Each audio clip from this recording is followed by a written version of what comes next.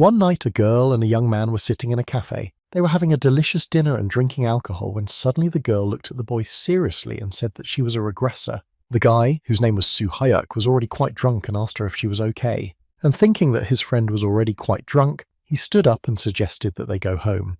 But the girl grabbed his hand and insistently asked him to listen to her. She looked so determined and intently looked Soo-hyuk in the eye that he thought she was being too serious. And with a sigh, he asked if she really had something important for him. After a moment's silence, the girl said that he might not believe her, but that the Tower of Trials would soon appear on the earth. These words made the guy angry, and he started shouting if she was mocking him because he had been dumped by his girlfriend. But she interrupted him, ordering him to shut up and listen to her carefully, and the guy sat down nervously. She told Soo-hyuk to remember 3 things. First, never open the characterization window. Second, sign a contract with God. And third, when he manifests his abilities, so that he could hold his weapon tightly. Soo-hyuk could see that his friend was really not joking, but the girl looked at him menacingly and repeated that he should never open the characteristics window because then her movement would be useless. And the guy scared agreed, and she continued to say that when he reached the 5th floor, the gods would ask him to sign a sponsorship contract. But under no circumstances should he agree to this. Before the 6th floor there will be a resting place, and there he must find the most disgusting god and sign a contract with him, and Soo-hyuk realized that she was not joking. The girl had already shouted that when he awakens his ability, he must hold a weapon or a sword or an axe or a spear and never take a bow staff or a sacred object, but Soo-hyuk just mumbled that it was magic for real men. But the girl screamed that he was a complete idiot because he had no talent for magic. Soo-hyuk snapped back because if he can't be a magician then he won't be one at all. But it is not going to open any windows to sign contracts or choose weapons. And the girl exhaled loudly and added that she was glad that Soo-hyuk had heard her. Suddenly they were presented with an email message from the game saying that the green belt had been removed in full in accordance with the law and upon failure to capture the test tower. Ownership of the zone will be cancelled. Soo-hyuk read the message in surprise and whispered to Ha-hee-jong that she was serious. Ha-hee-jong turned red with anger and began to gesture to him that she could no longer speak. And she started repeating on her fingers so that the guy would remember the 3 things she said. The guy instantly sobered up and chaotically began to recall everything she had said. He couldn't believe that Ha-hee-jong was really a regressor, and the thought made him dizzy. At that moment, he found himself in a computer game and messages began to appear in front of him that he had been selected as the conqueror of the test tower and that he needed to choose a weapon. The next message said that the player's class would be determined only after choosing a weapon and that Soo-hyuk would have only one opportunity to awaken her powers. The guy finally realized that this must be the Tower of Trials game that Ha-hee-jong was talking about.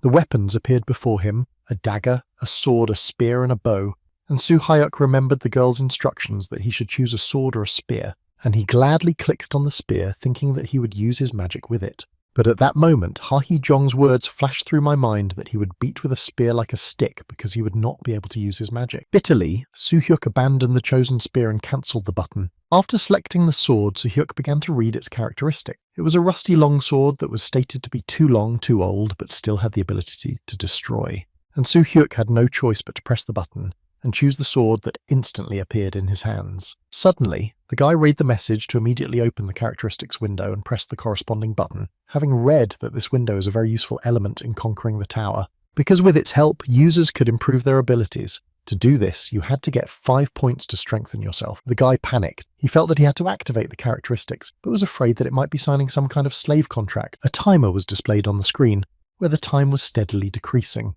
There were 10 seconds left before the characteristics were activated, and Soo-hyuk couldn't decide whether to trust Ha-hee-jong and why she, as this regressor, hadn't done it herself. Maybe she was wrong and he would end his life so easily, or maybe he needed to scream out loud. The boy broke out in a sweat at these thoughts, and the time was up. Soo-hyuk saw a new message that he had not opened the characteristics window, and would therefore be moved to the test tower on the 1st floor, and in no time he was in the tower, along with his sword where he was attacked by other messages that he had been granted candidate status and would not be limited by the window of characteristics ability boosting system. He also read warnings that the gods can change their names and will only use their real names from the 6th floor onwards. And finally, Soo-hyuk read the task of the game, to destroy all enemies with a time limit of 6 hours. In a flash, everything went dark around him and he found himself in a tunnel where he started swinging that sword in fright. When his eyes got used to the darkness, he finally saw that there was no one around and calmed down a bit. Suddenly, some unknown force pulled Soo-hyuk and he was carried away as if into an abyss. 10 seconds later, he fell painfully to the ground, barely catching his breath.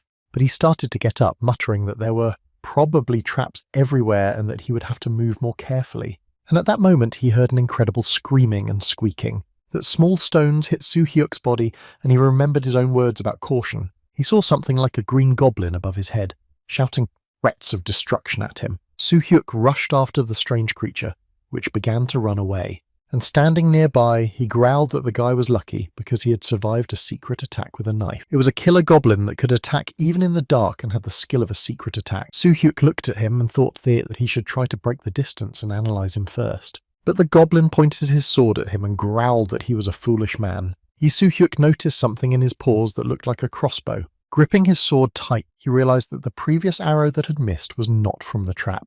Soo-hyuk decided to attack ahead of him until the goblin fired and rushed toward him. But though the goblin was not one to be intimidated and began to aim his crossbow at Soo-hyuk, whispering that it was too late for him. Soo-hyuk flew toward him with determination, thinking that he would not be destroyed so easily. After all, he is bigger than him, so there are still chances. He decided to get ahead of the goblin at any cost and destroy it before it recharged. Meanwhile, the goblin started spinning in place, gaining speed and momentum, and Soo-hyuk swung his sword, glad that the arrow only scratched him. He struck a fierce blow at the goblin, and it screamed and fell to the ground. The long sword did its job, and Soo-hyuk looked at the goblin in fright, realizing that he was looking at a body with no signs of life. But he realized that there was no time for tears and pity. He turned his eyes to the dagger and decided to take it for himself just in case and sat down. Suddenly, an unknown force began to press down on him and Soo-hyuk fell next to his opponent. His head started to spin and his body stopped obeying him. He began to feel sick, and he had no strength to get up, and a message appeared before his eyes that this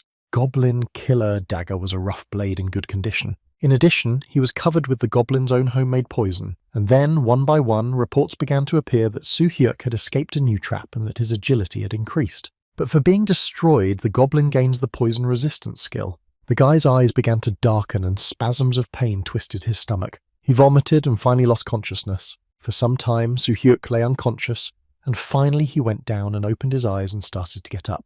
He got to his feet and saw a message that 5 hours had passed, and taking his crossbow and arrows and a dagger, he moved on. He resolutely promised himself that he would survive this crazy game. He walked cautiously through the semi-dark tunnel with his sword outstretched in front of him. Suddenly, something crunched under my foot and a bright light hit my eyes. The guy started looking around in fright and decided to check it out. He stabbed the sword into the place where something crunched and the tile clicked like a button. And then the next tile was pressed and another one, and light began to hit his eyes from everywhere and arrows flew, which he deftly dodged, realizing that he had become much faster. Finally it was over and Soo-hyuk saw 2 silhouettes of green goblins near the tunnel wall. They didn't seem to notice him and were whispering to each other about something, so he decided to sneak up on them and kill at least one of them to make it easier to continue fighting without wasting time. He began to lay an arrow and aim his crossbow. The arrow whistled out and the guy was thrown back as if he had hit a wall. The goblins simultaneously looked in his direction and began to run screaming towards him, and then he realized that their presence was also a trap for him, and he decided to move to a brighter place because he couldn't see anything in that damned darkness. But in 3 jumps, he got into a more favorable position and skillfully put his sword in front of him and broke the arrow in half. The 2 goblins, who always acted together, were already a meter away from the boy and waving their weapons, and the guy instinctively backed away from the sight. But having regained his composure in time, he attacked the goblins, smashing the head of one of them. There was one more who looked more like a girl, who stood as if dug in. He began to cry near the goblin's body and tried to lift it. A moment later, the goblin girl rushed at the boy, waving an axe, but the guy just shouted back at her that being a loner would be much better for her. And he rushed screaming and swinging his sword furiously at the goblin woman. Her cry that she was unable to take revenge could only be heard in the dungeon, and the boy finished off the goblin with just one blow whose body fell to the ground with a thud. Suddenly Soo-hyuk heard the squeaky voice of another goblin from the darkness calling to him. But the guy shouted back to him to come out quickly himself and he would finish him off as well. The goblin began to growl and stomp its feet as it emerged from the darkness, and a moment later, a small goblin stood in front of Soo-hyuk, shaking its body and crying in fright, asking for mercy. He was a younger goblin, small and weak and too young to fight, who always hid in the dark when he was afraid. The guy looked at him in surprise and asked what he was doing here, looking at him curiously. But the kid suddenly started screaming that the guy was stupid because he was doing his duty. Soo-hyuk shouted that he wanted to let him go, but because he had called him stupid, he was going to kill him too. The goblin ran away, crying in fright. And cowering in a corner, it began to cower and apologize and beg for mercy. Soo-hyuk sighed, offering to answer one question and promising to let him go. and the baby looked up with tearful, huge eyes and agreed to the question. The guy lowered his voice so as not to scare him and asked what the monster's intentions were here. And the goblin fell to his knees again and shaking explained that the goblin had to stop the people and that this was the essence of his duty. Soo-hyuk smiled and said that he did not want to touch the child, but he would probably have to destroy it. And the baby cried out from these words and fear and cried bitterly again. The guy added that they were both just doing their jobs and started to approach him. Suddenly, the tapestry assured him that he was not obliged to fulfill his duty. And the guy stopped in surprise, asking what he had just said, that he had to fulfill his debt. But the tapestry kept screaming that it was not obliged to do anything. And suddenly the thought struck him that maybe what the kid was saying was only about him, but he didn't trust him because maybe he was part of the plan. Meanwhile, the goblin was hysterical and shouted that goblins do not lie and demanded to be believed. Soo-hyuk was getting tired of listening to these screams, thinking that maybe it would be better to finish him off. Meanwhile, there were only 10 hours left to complete his task, and the little tapestry kept shouting that there was no need to fight but to just believe him. The guy felt sorry for the kid and decided that he could wait a little longer. And laughing, he promised not to touch him for now. The goblin instantly stopped crying and finally smiled, and an email appeared in front of Soo-hyuk that saving the little goblin was a secret task for the first floor. And it starts in the contender mode. Meanwhile, Ha-hee-jong was also trained in the dungeon. She was being hunted by 3 armed goblins and was already wounded. She hid from them behind a stone, thinking that she would never have thought that everything would change so much if she hadn't opened the characteristics window. Ha-hee-jeong concentrated and formed a fiery energy ball. She skillfully threw it at the goblins, and they screamed from the impact. Meanwhile, Soo-hyuk announced to the tapestry one condition under which he would save its life, namely that he would tie his hands and that no excuses would be accepted. But the tapestry was not upset and replied with enthusiasm that although the boy was stupid, he was still a good man, and agreed. Soo-hyuk, hearing the words about stupidity, exploded again, shouting that he would kill him for it, and the tapestry began to run away screaming. But the boy immediately stopped him, ordering him to sit quietly because there was a goblin's body lying ahead. He found a rope and tied the boy's green hands together, and the boy only glared at him. Suddenly, Soo-hyuk noticed something on the kid and came closer. The tapestry nervously snapped at him, asking what he wanted from him, and Soo-hyuk asked what was shining around his neck. The kid grabbed his neck, saying he had nothing.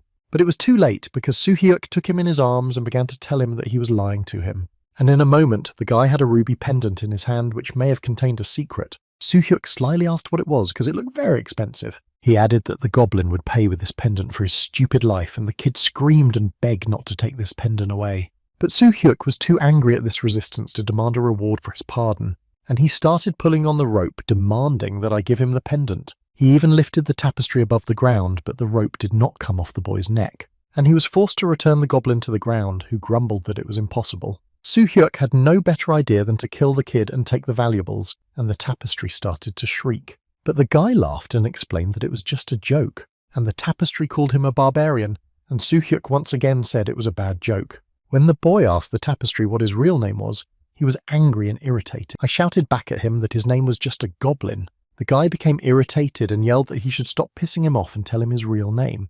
The little boy looked at him with the huge eyes that were filled with tears and silently lowered his head. And at that moment Soo-hyuk thought that he looked like Dobby from the famous movie. He exclaimed that from now on he would be called Dobby. The kid irritably replied that he was not a Dobby but a goblin, and they both finally left. After walking about 15 meters, Dobby whispered that there was a trap ahead. And when asked how he knew this, he replied that it was simple because he could see well in the dark. And then the guy remembered how this liar had recently said that he was afraid of the dark. I looked at Dobby, who was shining like a Christmas candle and waiting for praise. Soo-hyuk mentally began to reassure himself that this miracle might be useful to him in the future. He patted Dobby on the head and asked him to tell him about the traps if he saw any more, and he happily promised. And they moved on. Now Dobby was clearly saying that there was a booby trap on the left and another 5 steps to the right and left. Soo-hyuk obeyed the kid, who was really a real guide, because he avoided a dozen traps in half a day, and it was really cool. Suddenly, Soo-hyuk rushed out and smashed the arrow that was coming at him into the pieces with the force of his blow. The guy was swinging his sword in all directions, and his reaction was getting better and better. Little Dobby watched his new friend with delight, whispering that he was incredible. And the guy said with pathos that he would be the hope of humanity and laughed. But that swinging of the sword took a lot of energy and the guy was already tired. And after 2 hours of travelling, he irritably asked the tapestry artist why they were taking so long. His fatigue became unbearable and he asked Dobby if there were any more enemies ahead. But the tapestry stopped and rounded its eyes and exclaimed with delight that they had finally arrived. Soo-hyuk instantly jumped and saw a huge wooden gate in front of him. chained with burning torches on its sides. He received an email asking if he wanted to enter his boss's room, and that he had only 7 hours to complete the task. They both stood in front of the huge door, looking at it. Soo-hyuk asked the goblin if he knew what was behind that door. Little Dobby was irritated and exclaimed that he knew nothing. The guy replied that something was suspicious, and Dobby shouted again that the man never believed him. Soo-hyuk walked closer to the door and put his hand to it, which glowed with a green glow, and small electronic windows began to appear and glow on the surface. The door seemed to melt, and Soo-hyuk saw a fiery cave with goblins in it again. They stood in a row holding swords, and behind them sat their leader on a throne. The guy also put out his sword and assessed the situation, counting 7 green goblins with swords and 1 main one in metal armor, and 2 more goblins with crossbows, remembering that he had fought 4 at a time and now there were 10 at once. And looking at the main man, he saw an email message that he was facing a Hollin paladin who had access to magic. Soo-hyuk tried to calm down with less than 5 seconds left in the fight. Suddenly Dobby started whining that it was incredibly hot, and the guy just shushed him, and the goblin rushed into the crowd with his sword ahead of their attack. He was holding a crossbow and a sword. Dobby just managed to shout out to Hyuk to be careful, but the boy didn't hear him. He engaged in battle with green goblins, who also rushed to attack him. With 2 swings, he easily destroyed the goblin on the right, who fell screaming. But in front of him was a crowd of other goblins, growling. Soo-hyuk realized that they were too close to him to hit them with a crossbow. He suddenly decided to throw his crossbow right at the goblins. This trick was successful. The crossbow hit one of the goblins, and it screamed in a voice that was not its own. And Soo-hyuk fiercely rushed to chop everyone around him without losing his pace. He succeeded, and 5 goblins were already standing behind him, and Soo-hyuk skillfully destroyed them, thinking that he was lucky because the paladin hadn't interfered in the fight yet. The guy picked up speed and his legs were already in action, and he skillfully knocked down the goblins, throwing one of the goblins into the burning lava with screams. All the other goblins saw one of them burned and rushed out, shouting that they would take revenge on Soo-hyuk. But the guy was unstoppable, using a block and a punch from Soo-hyuk to destroy another goblin. After him, he defeated 2 more that little Dobby whispered that this man was a real monster. And the tired Soo-hyuk looked at the paladin and thought that he was risking his life while he was sitting on the throne and silently watching like a king. It seemed that the danger he was putting himself in was just a matter of amusement for the paladin, and at that moment 2 more goblins were charging at the boy, swinging their swords. Soo-hyuk was tired of this endless stream of green idiots and annoyedly destroyed 2 of them with 1 blow. The guy stood there breathing heavily from fatigue. Finally all the goblins were over and he could catch his breath. He saw an email saying that there were only 7 hours left to destroy all the enemies, and suddenly the paladin made a strange sound. The metal opponent stood up with a creak and armed himself and prepared to attack that Soo-hyuk could not resist, and shouted that he was already tired while his opponent was. He was full of energy and it was somehow wrong, to which the paladin replied that for a human he fought quite well, but he would destroy him anyway. The guy laughed back, saying that paladin was talking nonsense. And at that moment the iron monster attacked him. He slammed his sword into the ground and Soo-hyuk flew into the air. But this jump was to his advantage and the guy swung his sword, and he pierced through the paladin's shield, which he had put in front of him in time. And then a disaster happened. Soo-hyuk's old sword split in 2 with a crash. That little Dobby was screaming with fears and covered in sweat, and Soo-hyuk looked at the sword hilt in horror, not knowing what to do next. Only the paladin was laughing at the sword, and Soo-hyuk began to crawl away from him in a panic. Panicked, he wondered what to do now. Suddenly he remembered that he had a dagger on his belt that he had taken from the previous goblin, and the guy quickly got to his feet and grabbed that sword with the confidence that he could handle it. The second round of the battle in unequal conditions awaited, and at that moment the paladin threw himself at him with his entire metal body. Unbeknownst to him, he opened his own neck under the armor, and Soo-hyuk jumped up and hit him. The paladin shone brightly and stopped, and Soo-hyuk laughed out loud because his plan was successful. Suddenly, something strange happened, because the guy was unable to stand on his feet and fell to the ground, and the paladin swung his sword at him. Soo-hyuk barely managed to crawl away, and the iron monster struck the ground with his sword, missing. Shouting for him to surrender, the guy was seized with incredible rage and rushed at the attacker. That paladin said it would all be in vain, but it was too late. Soo-hyuk jumped on the iron and grabbed it with his hands. With all my strength, I pushed the paladin away, and he rolled over his head. It was impossible to stop the guy. Jumping up to the paladin, he began to stab him in the neck, one after another, with a scream. That the iron could not do anything with him and only cursed. Soo-hyuk sat astride the paladin for a while longer and destroyed him in anger. Finally, after some time, the guy regained consciousness and was lying there recovering from the exhausting battle. Suddenly, he heard the paladin growl words of healing, and looking at him, Soo-hyuk saw the wound on the monster's neck begin to heal. and in a moment the pit began to creak a little. Soo-hyuk also started to get up, and they took up their attacking positions again. He was annoyed that it was starting all over again because he felt very tired, and Paladin threatened to destroy him again. Suddenly the unexpected happened, and the Paladin began to wobble. And a moment later he fell unconscious with a thud, and Soo-hyuk did not understand why. He looked at his dagger, and instantly a message popped up that the dagger was covered in homemade goblin poison. The Paladin lay there and roared a spell to remove the poison. Soo-hyuk realized that the Paladin had other spells, and he threw his dagger at the iron.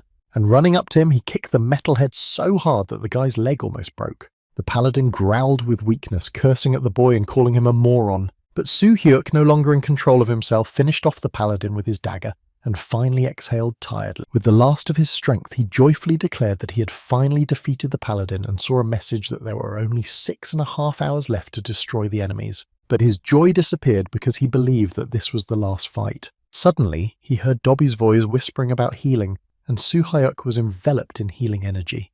And Dobby squeaked with satisfaction that he had healed his human on his own. He was asked why he hadn't done it earlier if he knew how to do it. Dobby replied that he didn't do it because no one asked him to. Soo-hyuk was frozen by this insolence, but Soo-hyuk, who calmed down in time, said that they had a small problem. And he told us about the remaining time to destroy all the other enemies, and little Dobby just nodded in surprise. He started screaming in fright that he was not an enemy to Soo-hyuk, who began to reassure him that he was just joking. But he wondered what other enemies could be left, because he hadn't missed a single road in the dungeon and really only Dobby was left. At the same time, he recalled a strange pendant that could not be removed, and Dobby himself, who did not fit into this place. He looked closely at Dobby and doubted whether he really had something hidden in him, but he just blinked his eyes. Suddenly, Soo-hyuk reached out to the tapestry and asked to borrow the pendant for a while, but he started screaming that the pendant would not come off, and that Soo-hyuk was a real barbarian and begged him not to destroy it.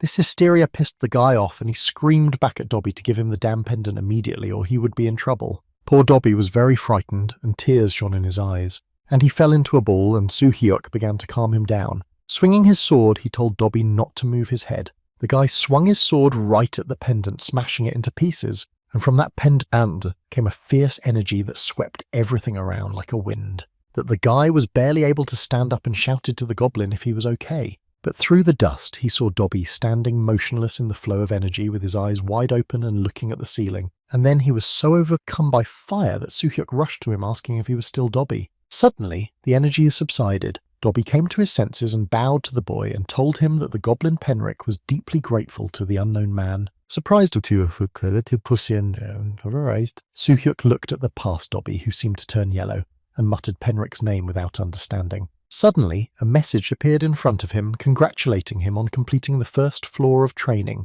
and being moved to the waiting room after the results were summarized. Finally, it became clear to Soo-hyuk that the problem was indeed the pendant, and at that moment his body suddenly rose and flew away before he could even grab his shield. With a great deal of effort, Soo-hyuk stopped near the paladin and began to collect his weapons, not wanting to go further with the test with his bare hands. He took out a paladin's shield, which by its characteristics had holy power and opened access to healing through recharging, and the guy, happy with this discovery, hugged his new weapon, reading in the message that as a reward he gets a small goblin to clear the tower. Soo-hyuk whispered in surprise that he would receive only a Dobby for completing such a difficult task, and he cried out in hysterics that such a threat to his life was worth only one goblin. But at that moment he was covered in fog and the system moved him to the waiting room, simultaneously gaining increased stamina and performance. A second later, Soo-hyuk stood in the middle of the room, and around him, messages popped up one after another about the increase in regeneration power and combat concentration and all the targets on the first floor being destroyed. But the guy considered those awards junk and was happy to be the only one who survived. Meanwhile, Penric was in the room with him. Yi Soo-hyuk felt incredibly vigorous and strong, believing that the room was automatically healing him. Again, he received notifications stating that he could now make deals with first-class constellations and receive achievement points. And he started reading the list of constellations that had applied to enter into an agreement with him. I thought that it would probably be better to wait until he was on the 5th floor, because these offers looked like a scam. In the meantime, he was given food and water and a message that he needed to rest and had 12 hours left before the test began. The boy looked at the bread in surprise, remembering that quite a long time had passed since he had been in the tower. But his thoughts were interrupted by Penric's cry for water, and to give him some bread, so he jumped up in surprise. And he calmed the kid down by offering to eat together because Penric had done a good job too. The two sat down comfortably and began to eat, and Peric began to swallow bread after bread, with Suhayuk only able to watch him. But I took the risk of asking the kid what he was talking about in the boss's room. But he hysterically made strange sounds with his mouth full of bread, and after chewing on it, he explained that Penric was simply sealed. Suhyuk asked if the pendant really contained God, but Penric irritably replied that he didn't know anything. The boy rolled his eyes and asked himself, as if to himself, how the little goblin got a pendant with a sealed god. Thus he talked to Penric, who was chewing eagerly, and explained that he used to be a constellation, a sacred artifact of Petric. When Suhyuk heard the news, he was surprised to hear that he had saved the goblin god, and the tapestry laughed out loud, saying that it was true, and Penric was grateful to the boy and therefore followed him all the time. Suhyuk chewed his bread in silence, thinking that he couldn't believe that the reward for all this horror was just Dobby. He laid down on the bed to rest, but his thoughts kept coming back to him, because if he were a magician, he would not have passed that first level, not realizing that the level of difficulty varies depending on the class. And at that moment, Suhyuk remembered Hee-jong and how she was coping with her trials, mentioning that the girl was a regressor, and he was convinced that she would make it. But Hee-jong had made a deal on the 5th floor before she was transported through time, and now she was back on the 1st floor and her rank had dropped significantly. And the boy had a dream where Hee-jong told him that they would all cope with everything together. Suddenly, Suhyuk woke up and saw a message that he had been moved to the 2nd floor of the test tower, and that the time to destroy the enemies was 10 hours. He and Penric stood in the middle of a strange cave, and the boy was scrutinizing it. I saw 2 entrances in front of me, and it was much lighter around me. Suhyuk realized that choosing the right entrance was very important because time was short, so he asked Penric which way to go.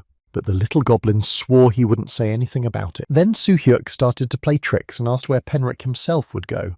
And the plan worked. The tapestry really started to move to the left. Suhyuk followed him, realizing that Penric was better at navigating than he was. The boy looked at the goblin's back and thought that he really felt sorry for him, because Penric was a priest and would have to constantly protect him, and regretted not taking the paladin's armor. He asked Penric to tell him if there were any traps ahead, and the boy happily promised to report them. Some time passed. Both of them were walking uphill, and the boy could not stand it and asked again, to which Penric nervously replied that they should trust him. You see, people are too distrustful of him and do not listen to him. Suhyuk apologized for his words, explaining that it was just hard to believe in him, and Penric scolded him for being too rude to him. It was already hard for the guy to walk, and the tunnel was getting steeper. Suddenly, he stepped on a trap with his foot without noticing it because of the chatter. Hearing the distinctive sound of a trap, Suhyuk swore it was a trap, and he crouched down and shouted out whether there were arrows flying or whether the trap was broken. But Penric remained suspiciously silent and began to shake, his eyes bulging and peering ahead. And now they shouted in one voice as a huge stone came toward them, and they both began to run away. Meanwhile, Hee-jong was also walking through the tunnel and stopped in front of the entrances and began to think aloud that it would be better to go to the right. She also didn't open the characterization window, and her studying became much more difficult. At this point, she thought of Suhyuk, wondering how he was doing. She recalled one of their meetings where the guy told her that he had left his girlfriend, and he was upset about it, and Hee-jong calmed him down by reminding him that the girl was constantly cheating on him. The guy was crushed by these events because he still loved and missed her terribly, and that evening they both got drunk. Hee-jong wandered through the tunnel, mentally cursing at Suhyuk and being angry that she was so worried about him. Suddenly, her thoughts were cut short because a huge burly goblin appeared in front of her as if from nowhere, and the girl gripped her staff tighter and exclaimed to him that he had appeared very quickly. Hee-jong closed her eyes and entered into concentration, and the girl was engulfed in flames. Her eyes lit up, and shouting the fireball spell, she formed it and threw it right at the orc. The bullet hit the goblin directly, and it screamed throughout the cave, threatening to destroy Hee-jong. But at that moment, a loud punch from Hee-jong's fist quickly shut his mouth. Hee-jong was not afraid and was very determined and struck another blow to the orc's head, and the goblin could not resist and fell unconscious, and Hee-jong quickly ran down the tunnel further. Meanwhile, Suhyuk was running away from the stone ball, exclaiming that they must have gone the wrong way after all. Penric could barely keep up with the boy because his legs were too short. Suhyuk shouted to him to jump on his back, and in 2 jumps Penric was already sitting on his neck, painfully holding his hair. That the boy was screaming in pain and Penric was screaming even louder in fear. But the hateful bullet was coming closer and closer, and Penric promised to curse the boy out of fear. The guy shouted back that we should wait a little longer and they would break out. At such a frantic pace, they reached a place with 2 entrances and flew into one of them. Suhyuk was barely breathing, and Penric was scared to death to see if he was alive. Suddenly, the little tapestry straightened up and its legs lit up to the shouts of regeneration, and the guy was covered in green smoke, His fatigue dissipated and his body felt light. Soo-hyuk looked at his hands in amazement, not understanding how this was possible, and Dobby shouted that it was all thanks to him. The guy came up to him and patted his head and for the first time sincerely thanked him, to which Penric replied that he was also grateful to the man. Soo-hyuk even thought that Dobby was quite cute and suggested that we go to the right tunnel, but Dobby asked to go back to the left and he went there. The guy sighed and went back to the left. Not realizing why the goblin was pulling him back in, he thought it was possible. In that damned left tunnel is another secret mission and he can get some goodies from it. He promised himself that this time he would go left for the last time. After a while, they hit a rock they were running from and got stuck in the passage, and the irritated Soo-hyuk, sighing and remembering everything that had happened, suggested that Dobby turn back. But the tapestry did not listen, and sat down near the stone and did not respond to any persuasion. Suddenly, he pressed something with his paw and a characteristic sound clicked. The wall next to them moved and they saw a new tunnel, in which there was a huge stone goblin in chains. And next to him, the mace of lightning of the mighty orc warrior Karaksha was sticking out of the stone. The boy rushed to the mace and began to unscrew it to take it with him. Unbeknownst to him, the goblin's head began to cover with red cracks, and in a moment the stones crumbled, and Karaksha screamed throughout the cave as if he had never been a statue. That the guy froze in fear, thinking that he was probably finished, having managed to read the message that this find would be counted in the overall standings. But Karaksha had no desire to talk and rushed at the guy, swinging his fist so hard that he barely had time to turn around and run away. The soldiers were standing on either side of the mace and the boy was estimating the distance. But while he was thinking, Karaksha jumped up to the mace in 3 jumps and leaned over it.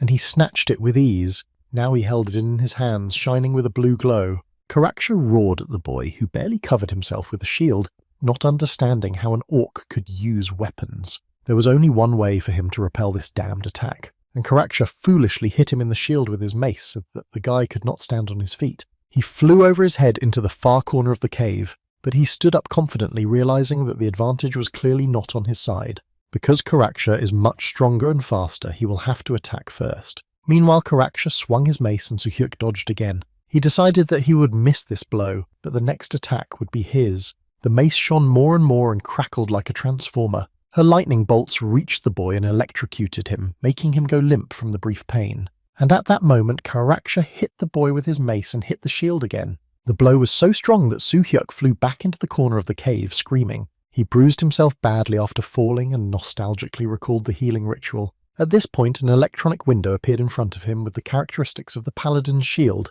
where the list indicated that it had access to healing. Suddenly, the boy heard Dobby screaming that he could not heal him. Dobby sobbed and Soo-hyuk demanded that he come closer to him and finally heal him. But it didn't work out because the orc was already standing next to Soo-hyuk, bellowing furiously.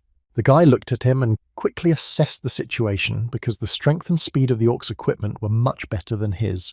The only thing he noticed was that his attacks were predictable, and Soo-hyuk decided to take a chance. He shouted at Karaksha, calling him a fool, and told him to come to him immediately. And he began to provoke him by calling Karaksha names and dragonizing him. The orc was filled with rage at this chant and roared, waving his mace. Soo-hyuk noted with satisfaction that his provocation had worked. Karaksha again slammed his mace in front of him, but Soo-hyuk managed to dodge the blow, and he decided to run away, given Karaksha's wide swings that gave him a chance to counterattack. He shouted to Dobby to distract the orc in any way he could, but Dobby stood there as if he were not of this world and pretended not to understand or hear anything. The boy's reaction to the tapestry just burst into rage. He had no time for emotions and ran as fast as he could, realizing that no one would have noticed Dobby. Karaksha continued to chase him, roaring and waving his mace. Soo-hyuk finally stopped because there was just the right distance between them, where the orc used a similar attack. He decided to block the energy, but not completely, and covered himself with a shield. He decided that when the shield and the mace collide, the boy will push the shield forward and knock the mace away.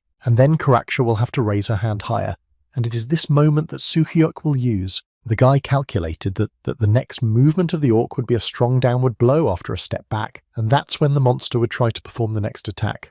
And it was at this moment that Soo-hyuk jumped high into the air, and he reflected Karaksha's energy attack directly at him with his shield. The orc screamed in pain and blood splashed all around, but the boy's plan worked, and the monster's body fell to the ground without signs of life. At that moment, Dobby jumped out of his hiding place and started shouting whether the boy was okay, to which Soo-hyuk nervously snapped that he had decided to come out now. But the kid didn't seem to hear him, jumping up and down and shouting that the man was just incredible. These words touched the boy for a moment, and he replied that this happened only because Dobby did not help him in time. It was because of this that he faced reality in this battle, And at that moment, a message appeared that the mighty warrior Karaksha had been defeated, and this result would be counted in the overall standings. The guy finally picked up his trophy mace according to the characteristics of which the owner of the mace did not lose energy from lightning. It was so cool and fit perfectly in my hand that even Dobby said that the guy's weapon was cool. Soo-hyuk laughed and said that the goblin had a cool one too. Referring to the sword he had thrown away, Dobby did not understand the sarcasm and happily jumped with his sword,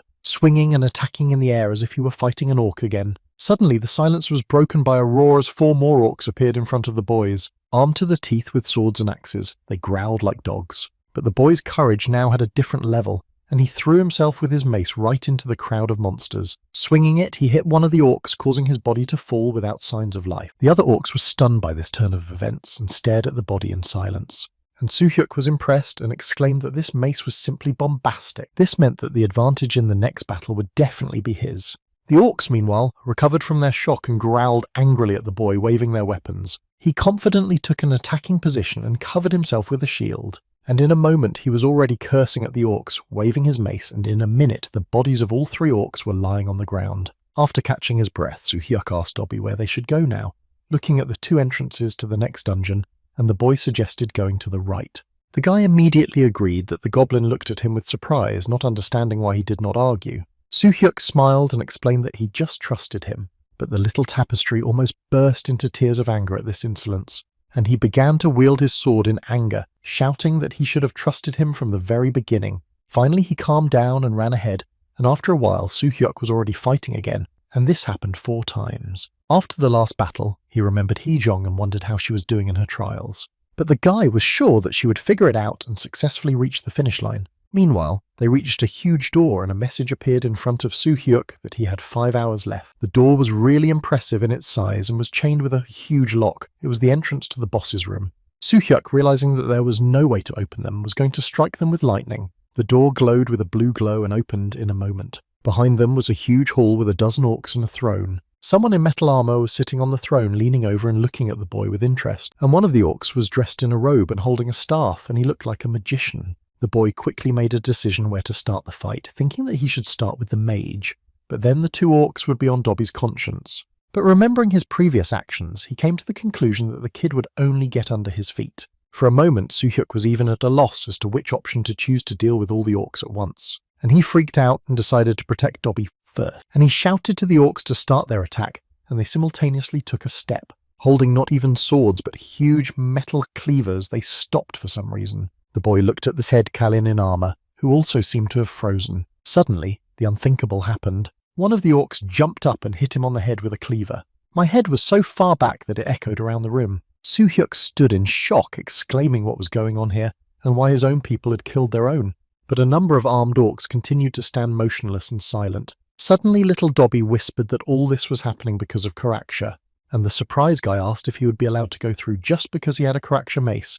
And at that moment a message appeared that the 2nd floor was cleared, and the boy will be moved to the waiting room. Meanwhile, the orcs fell to their knees and bowed their heads together and shouted that they were grateful to their liberator. Absolutely all the warriors bowed their heads in respect, and a message appeared again that the secret mission, the forgotten tomb of the mighty orc warrior Karaksha, was completed. Soo-hyuk was shocked and asked Dobby to tell him more about this Karaksha, and the message appeared again, saying that Karaksha was a warrior who had lost his soul. That's why this task activated the additional task of freeing the orcs, and often such tasks are more difficult than ordinary secret ones. The guy was terrified of what the next task would be, and he realized that he could not trust the Tower of Tests, who recently told him to destroy little Dobby. Then she slipped a trap with 2 entrances through which they could fail the secret task. Again, a message appeared that if the time ran out, Soo-hyuk would not be able to change his choice with only 3 minutes left before the new battle, which could have been avoided by shouting out the words waiting room, but Soo-hyuk and Dobby thought otherwise,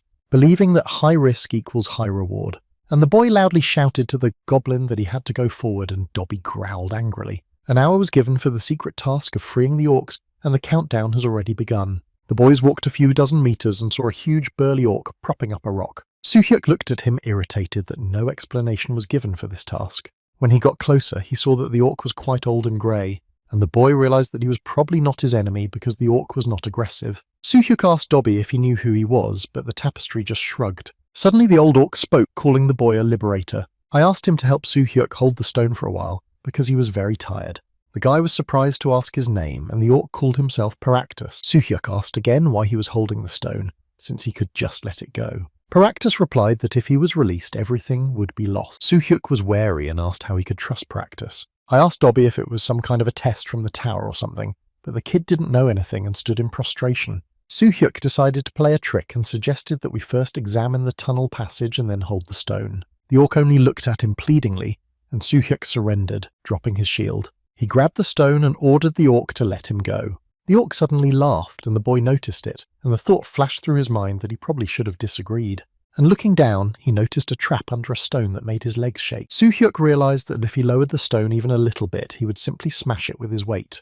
The orc laughed openly and thanked his liberator. It was incredibly hard for Soo-hyuk. He was covered in sweat from fatigue and was annoyed by the orc's happy face. He patted him on the shoulder, telling him to stand for a while but never to lower that stone. Soo-hyuk nervously exclaimed that they should stop mocking him. Did he really think he would let himself be crushed? But the orc did not answer him, instead turning to Penric and telling him to go with him. The little tapestry gave him his handle and they went through the tunnel, and the boy shouted after them where they were going and whether Dobby had betrayed him. And he began to beg the goblin not to leave because he needed help holding the damned stone. His strength began to leave him, and his legs were already sinking into the ground. He started shouting to the goblin that his life was going to end, barely holding a rock. 20 agonizing minutes passed, and no one returned. Soo-hyuk was already sobbing with helplessness. Suddenly, an orc appeared from the tunnel and looked curiously into his face, saying that the guy did a great job and again called him a liberator. And he opened his hands and showed him a green amulet, saying that he had previously held the yoke of his life, and that thanks to Soo-hyuk he would be able to carry it forward. He put an amulet around the boy's neck and added that he would definitely repay him for his kindness. Approaching the stone, he leaned against it and ordered Soo-hyuk to let go. And the guy fell down exhausted, and the amulet of Practice's will, which was given to the liberator Practice, and increased combat concentration and stubbornness, lit up around his neck. But it had an unknown power. Soo-hyuk caught his breath and thanked the orc, to which the orc replied that there was nothing to thank for because it was a reward for good intentions. The guy looked down and noticed a ring on the orc's finger that hadn't been there before, and which had appeared after he returned from the passage. The orc stood there, propping up the stone without saying anything as if nothing had happened, and Soo-hyuk called Dobby to keep walking. Suddenly he noticed something, namely that the stone had moved a little and pointed it out to Dobby. But the little tapestry did not notice anything and did not understand what he meant. The guy returned to the stone at the same time reading the message that the secret task was completed and the results would be counted instead of passing the 3rd floor. Soo-hyuk pressed his whole body into the rock and began to push it with all his might, gritting his teeth to help the orc a little. That he joyfully exclaimed that the boy would definitely survive until the moment when he would thank him. Soo-hyuk didn't understand what the orc meant when a message appeared that despite his weakness, the suppressor had been challenged and so he was being moved to the waiting room. And the boy, along with Dobby, found himself in a familiar room where one by one messages began to appear that his strength and endurance skills had tripled. Combat concentration, stubbornness, 6th sense is upgraded to level 5 and many objects are destroyed. And so Soo-hyuk successfully passes the 3rd floor and gains many accesses. And there are less than 10 hours left before moving to the 4th floor with recommended rest. Both of them were overjoyed, jumping and shouting that they had done it. A cunning goblin saw a glass of water and rushed to drink it first. He and Soo-hyuk started arguing again about who would drink first, which suddenly ended because Soo-hyuk began to receive many offers from his siblings to sign a contract and Dobby seized the moment to start breaking bread. But now I asked permission to do so, and the guy laughed and said that it was impossible, remembering that water and bread are endless. Suddenly, Soo-hyuk saw the rank list of the conquerors, and among others, he saw Ha-hee-jong and that she was on the 5th floor. The guy breathed a sigh of relief because it meant that the girl was okay. Tears appeared in his eyes at the news, although he realized that he had more to worry about than his skills and patted himself on the head. Dobby took this gesture strangely and rushed at the boy, shouting why he was hitting himself and hitting him painfully. That Soo-hyuk intuitively fought back, kicking the kid's ass. After calming down a bit, the guy remembered the rating and wondered why everyone had so few points and he had 43,000. And why everyone else is already on the 5th floor and how he can now use the community. He opened the participants' chat and began to reread all the messages and came to the conclusion that everyone's orc warrior was on the 4th floor and his was on the 2nd. Suddenly, something joyful happened and a message appeared in front of the guy's eyes that Hae-jong had sent him a text message. And the guy quickly accepted him, and the girl asked him if he had gone up to the 3rd floor because now they would be able to communicate with the power of thought. Soo-hyuk replied that he found the secret task on the 2nd floor and immediately moved to the 4th floor, which surprised Ha-hee-jong. He added that learning without a character window makes it very difficult. The guy was surprised by this information and asked if his studies were a little more difficult, to which Ha Hee-jong replied that they were extremely difficult, because even she gave up on the second floor, and Soo Hyuk, shocked by this news, remembered that she was also a regressologist and he was just a guy. It turned out that he was very lucky with his secret assignment. Meanwhile, Hee-jong asked him how many points he had earned, because she already had 7,400, and he answered embarrassedly that he had 44,000. The girl started screaming at the news, wondering how this could have happened, because it was like a guy fighting in close combat on another level. Soo Hyuk didn't understand what she was saying and asked for advice on the 4th floor. Ta Hee-jong replied that she had only read a few messages about it in the chat room and told the boy to rest and tell her everything later, and the guy decided to look for at least some information about him on his own. But Hee-jong heard his thoughts and once again ordered him to go to bed. After saying goodbye and promising to meet each other on the 6th floor, Soo Hyuk finally went to bed. Suddenly remembering something, he asked Dobby who Kalin was, but the kid nervously started shouting the words, "Penric constellation lost," and the boy asked if maybe Dobby lost the constellation and Kalin sealed to Penric. But Dobby said he didn't know anything about it because he hadn't been born yet. The boy was silent for a moment thinking, and then asked again why he believed in Penric. And Dobby explained that suddenly the goblin's voice appeared in his head, and for some reason he remembered the amulet of the goblin god. Soo Hyuk decided to read the community and opened the screen where a bunch of participants wrote about their adventures on different floors. He didn't close his eyes for the rest of the vacation. When the timer showed zeros, the boy was thrown out of the room and onto the 4th floor of the tower. Soo Hyuk was standing in the middle of a tunnel going down. Soo Hyuk, fully equipped and with his weapon, looked around for Dobby, but he was gone. The message appeared before his eyes again, giving him only 2 hours to complete the task. And the guy started running through the tunnel, which descended sharply, picking up speed. Soo Hyuk ran for almost 50 minutes through that damn tunnel and nothing happened. His legs were shaking and his head was also tingling, and he couldn't understand whether he was doing everything right or whether he had missed some secret task. Sometimes it seemed that someone was chasing him, but he realized that it was probably an illusion, so he shouldn't stop when suddenly the victory music started and he was showered with coffees. He found himself in front of the entrance arch and saw the word "finish." And the damn descent was finally over. The message that he had passed the 4th training session and would now move to the waiting room appeared before his eyes again. Soo Hyuk couldn't believe his eyes because he was awarded 3,000 points for this crazy descent, in addition to the 3,000 points for not activating the traps and not stopping. The poor guy opened his mouth in surprise, unable to believe that he had passed the level so easily. And he flew to the waiting room very proud of himself and promising that he would now lead Hee-jong. He stood in the middle of the room with a surprised Dobby next to him. Reports began to appear again that his stubbornness and 6th sense had now reached higher levels.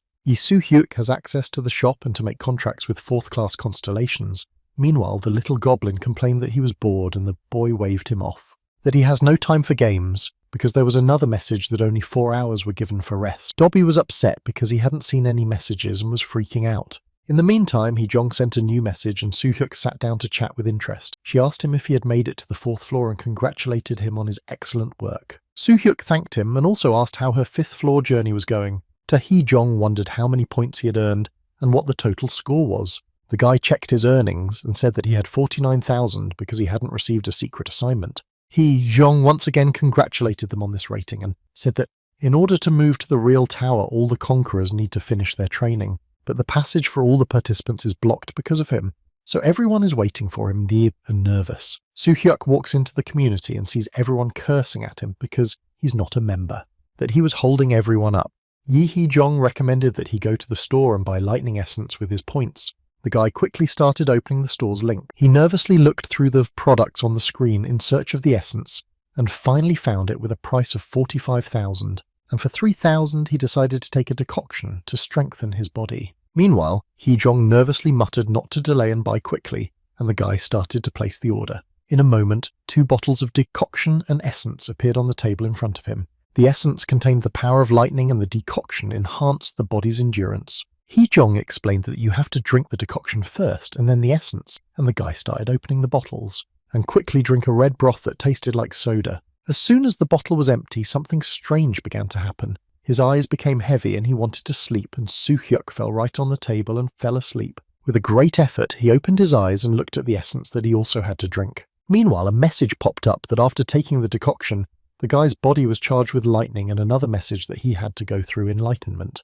And at that moment, Soo Hyuk found himself in a starry space without Dobby. He didn't know what to do next. But what does this enlightenment mean? Perhaps it is the acquisition of some kind of combat feeling, or perhaps the enlightenment of oneself. Suddenly, for a moment, he felt incredible strength in his hand, as if he were holding lightning. Soo-hyuk recalled that he had no time to search for the answer to what enlightenment is, because when he was in the tower, he was only engaged in battles with monsters. Soo-hyuk recalled Karaksha and Paladin trying to catch something unknown in those battles. When he saw the actions of his opponents and tried to move as efficiently as possible, the guy did notice one detail. He never lost his attention and vigilance even when he was stronger than his opponent.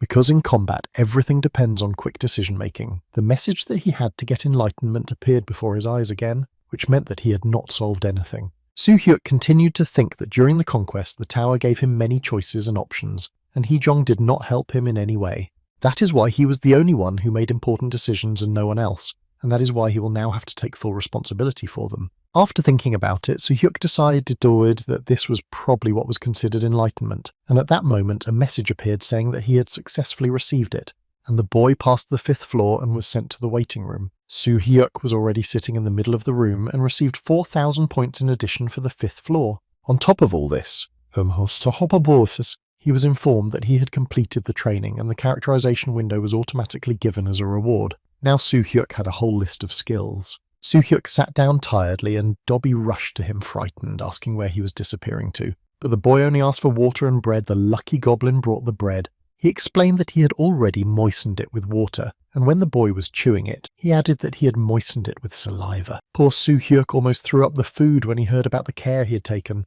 but it was too late, so he swallowed it all. But he remembered how Hee-jong said that after the 5th floor he would have to sign a contract with the most terrible god, and he began to look at the offers of the susurras. It made his eyes sparkle, so he decided to ask Hee-jong for her opinion. Sitting down on the bed, Soo-hyuk tried to send her a message telepathically, but the function was disabled with a message that it was necessary to conclude a contract with the constellation. To go to the next floor. The guy nervously muttered that the damn tower was making him do it, and he chose the constellation farmer in a quiet garden because it seemed to him that it would be the right decision. It was as if he intuitively wanted to sign a contract with him. Maybe it was his improved sixth sense and something shone brightly in the darkness like the sun. Lee Soo-hyuk saw the message whether he really wanted to sign a contract with the 5th grade constellation farmer in a quiet garden, and the boy loudly exclaimed that he did. Thus Soo-hyuk received an additional 10,000 points and the title of Seeker at the Crossroads. Suddenly he telepathically heard Hee-jong's voice, who was happy to see him and asked how many points he had gotten.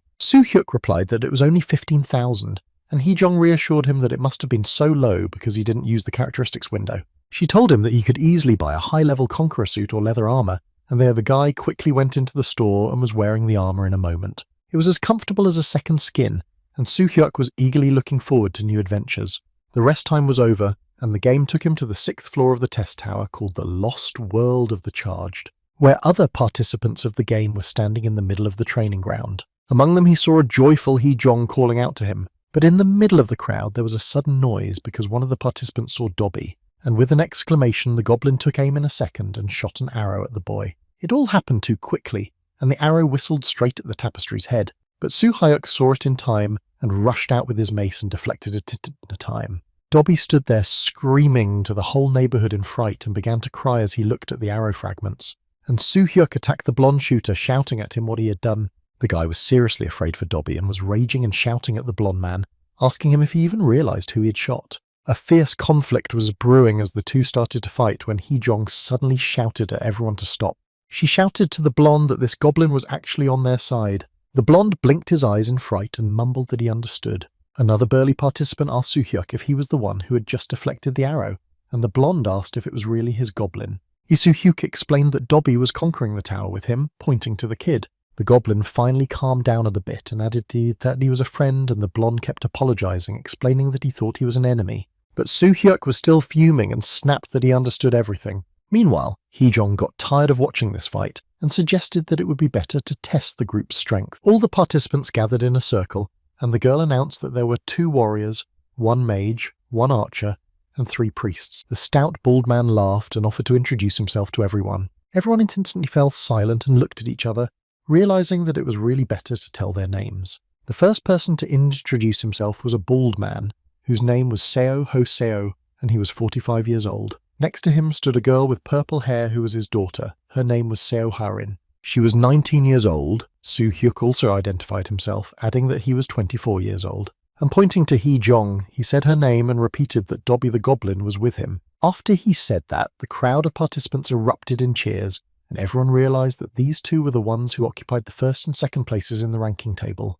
Soo Hyuk smiled and said that it was indeed them, and Seo Hoseo happily proclaimed that they were all lucky to have them, and that they would definitely pass the 6th floor of the test. The next man introduced himself as a blonde. It was Cole Sprouse, 27 years old, and next to him was a girl with a short hairstyle, Chloe Bennett. Chloe. Meanwhile, Soo Hyuk whispered in Hee Jong's ear whether she knew any of them before, and she explained that Cole had taken her to the 90th floor last time. She met Harin from the 44th floor onward, and she had a rather difficult personality, but she had no information about Hoseo and Chloe. Suddenly, Chloe pointed her finger at Dobby and said that maybe he should be destroyed because he was too vile.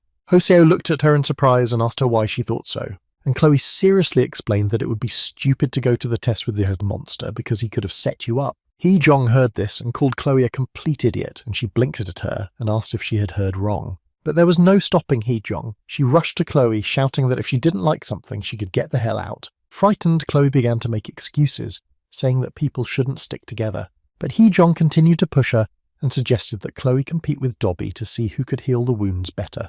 The conflict was gaining momentum, and Hoseo couldn't stand it any longer and went to break up the girls, telling Chloe to apologize because she was in the wrong. And shocked by this attack, Chloe stopped and quietly apologized for her behavior.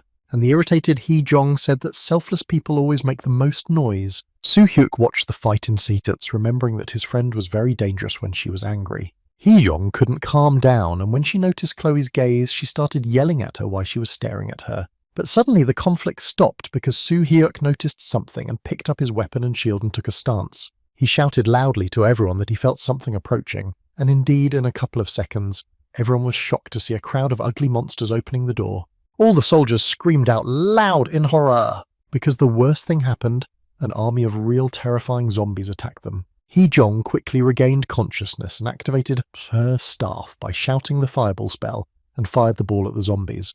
The bullet became huge and hit the crowd of monsters, covering them with fire and making them scream, and she fearlessly rushed at them, shouting to Soo Hyuk to lead the rest of them. On the move, he gives orders for Soo Hyuk and Hoseo to go in the vanguard and Cole to stay in the center, because she, Chloe Dobby, and Harin will be in the rear.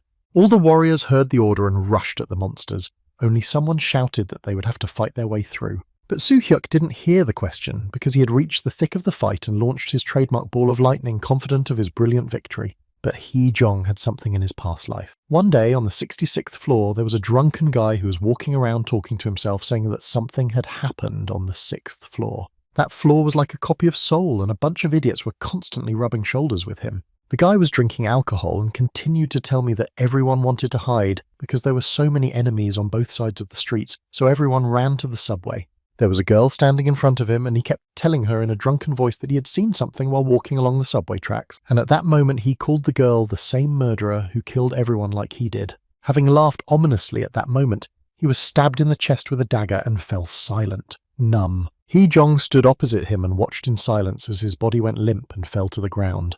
Meanwhile, a real battle was unfolding between the warriors and the monsters, with Hee Jong confidently leading the way. Meanwhile, a message appeared that they had to hold out 48 hours. They managed to escape to a secret room where everyone stood there, barely catching their breath and listening to the sounds outside. Hoseo asked Soo Hyuk, frightened, if everything around him resembled Korea, because even the road signs were in Korean, and he didn't understand where the monsters could have come from. The boy was frightened to say that he had noticed this strangeness himself, and Hoso suggested that it seemed as if the earth had already been destroyed. Hee Jong suggested that perhaps the gods created conditions similar to their world, because there could not be other people left on Earth. Hoseo listened attentively, muttering that he could only hope for that. He addressed Soo Hyuk and called him a student. The boy laughed and asked him to call him whatever he wanted. He asked Hoseo if his mace, which had previously glowed and started shooting lightning, was really his own weapon. Soo Hyuk explained that when he was on the 4th floor, he was given a secret mission, and as a reward he received the mace that can be covered with electricity. Hoseo laughed out loud, exclaiming that now he understood why Soo Hyuk had been stuck on the bad 4th floor for so long and had taken first place. The guy smiled sincerely and looked at the tired Dobby lying in the middle of the room, and added that everyone here was the coolest. Cole also broke his silence and asked Soo Hyuk what he thought about the system of contracts concluded with constellations, because he thought he was going to get a 4th-class constellation. but it turned out to be a second-class one. Chloe had already called him and asked why he'd signed those contracts with the fourth class, to which Hoseo added with a giggle that he personally did not like the names of those constellations. Chloe snapped back at him that if the constellations class turned out to be real, Hoseo would be left in the lurch. But Hoseo couldn't stop laughing and kept on laughing, saying that Chloe must have gotten a 5th grade constellation, and he asked his daughter Harin which constellation she had made her contract with.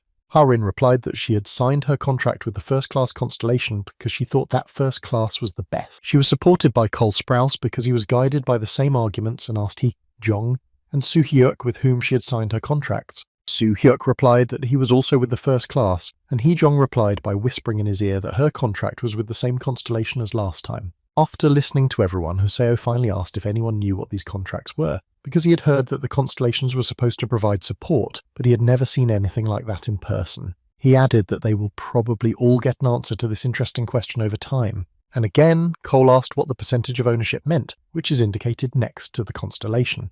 And a message appeared before Soo-hyuk's eyes where he saw that he had a first-class constellation and 0% of him did not understand when it appeared. The boy quietly asked Hee-jong how it was used, and the girl whispered that she would tell him about it later. Finally, Chloe had enough of this chatter and asked loudly what they were going to do next, to which Hee-jong replied that she wanted to suggest leaving, but Cole was frightened and asked them to think it over in the room because they were unlikely to find a safe place anywhere else. Hoseo agreed and asked to discuss further steps first. After listening to everyone, Hee-jong finally responded by admitting that she had the ability to predict the future and added that she knew it would be a dangerous decision to stay in the room. Soo-hyuk looked at his friend, thinking that she had thought of everything perfectly, and Hoseo couldn't believe that she was predicting the future.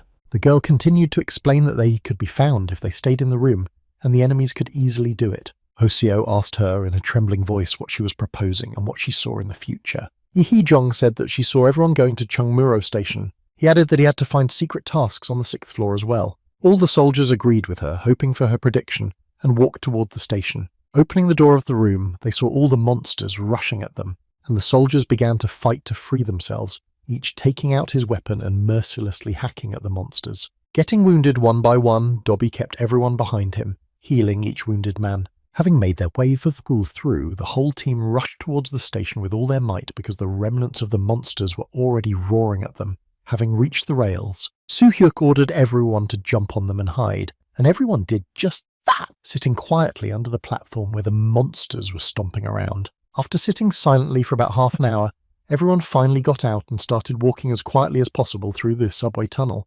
Hoseo, who was walking behind Soo-hyuk, suddenly began to tell him how he used to love reading fantasy books with different constellation team towers and adventures, but only now he realized how different it really is and asked me to save his daughter if something happened. He added that he could only ask Soo-hyuk to do this, and he promised to save them all. Suddenly, their conversation was interrupted by Hee-jong, who loudly ordered everyone to stop. She saw something ahead on the other side. Indeed, everyone looked where she pointed and saw a huge green egg wrapped in roots. Hoseo cautiously approached it, not believing his eyes, and everyone saw the message that it was an infected egg. And at the roots there was a pendant ring and a bottle of pink elixir. And each of these things incredibly began to shine with a bright light. Hee-jong leaned over the findings and announced to everyone that she and Soo-hyuk would take them in hand, just in case, explaining that they found all this only thanks to her. But then Chloe burst in and started shouting that it was wrong and unfair to take it for herself. But Cole told her that in fact the whole team got the egg, and it was really only because of Hee-jong, and that's why he supports her in everything.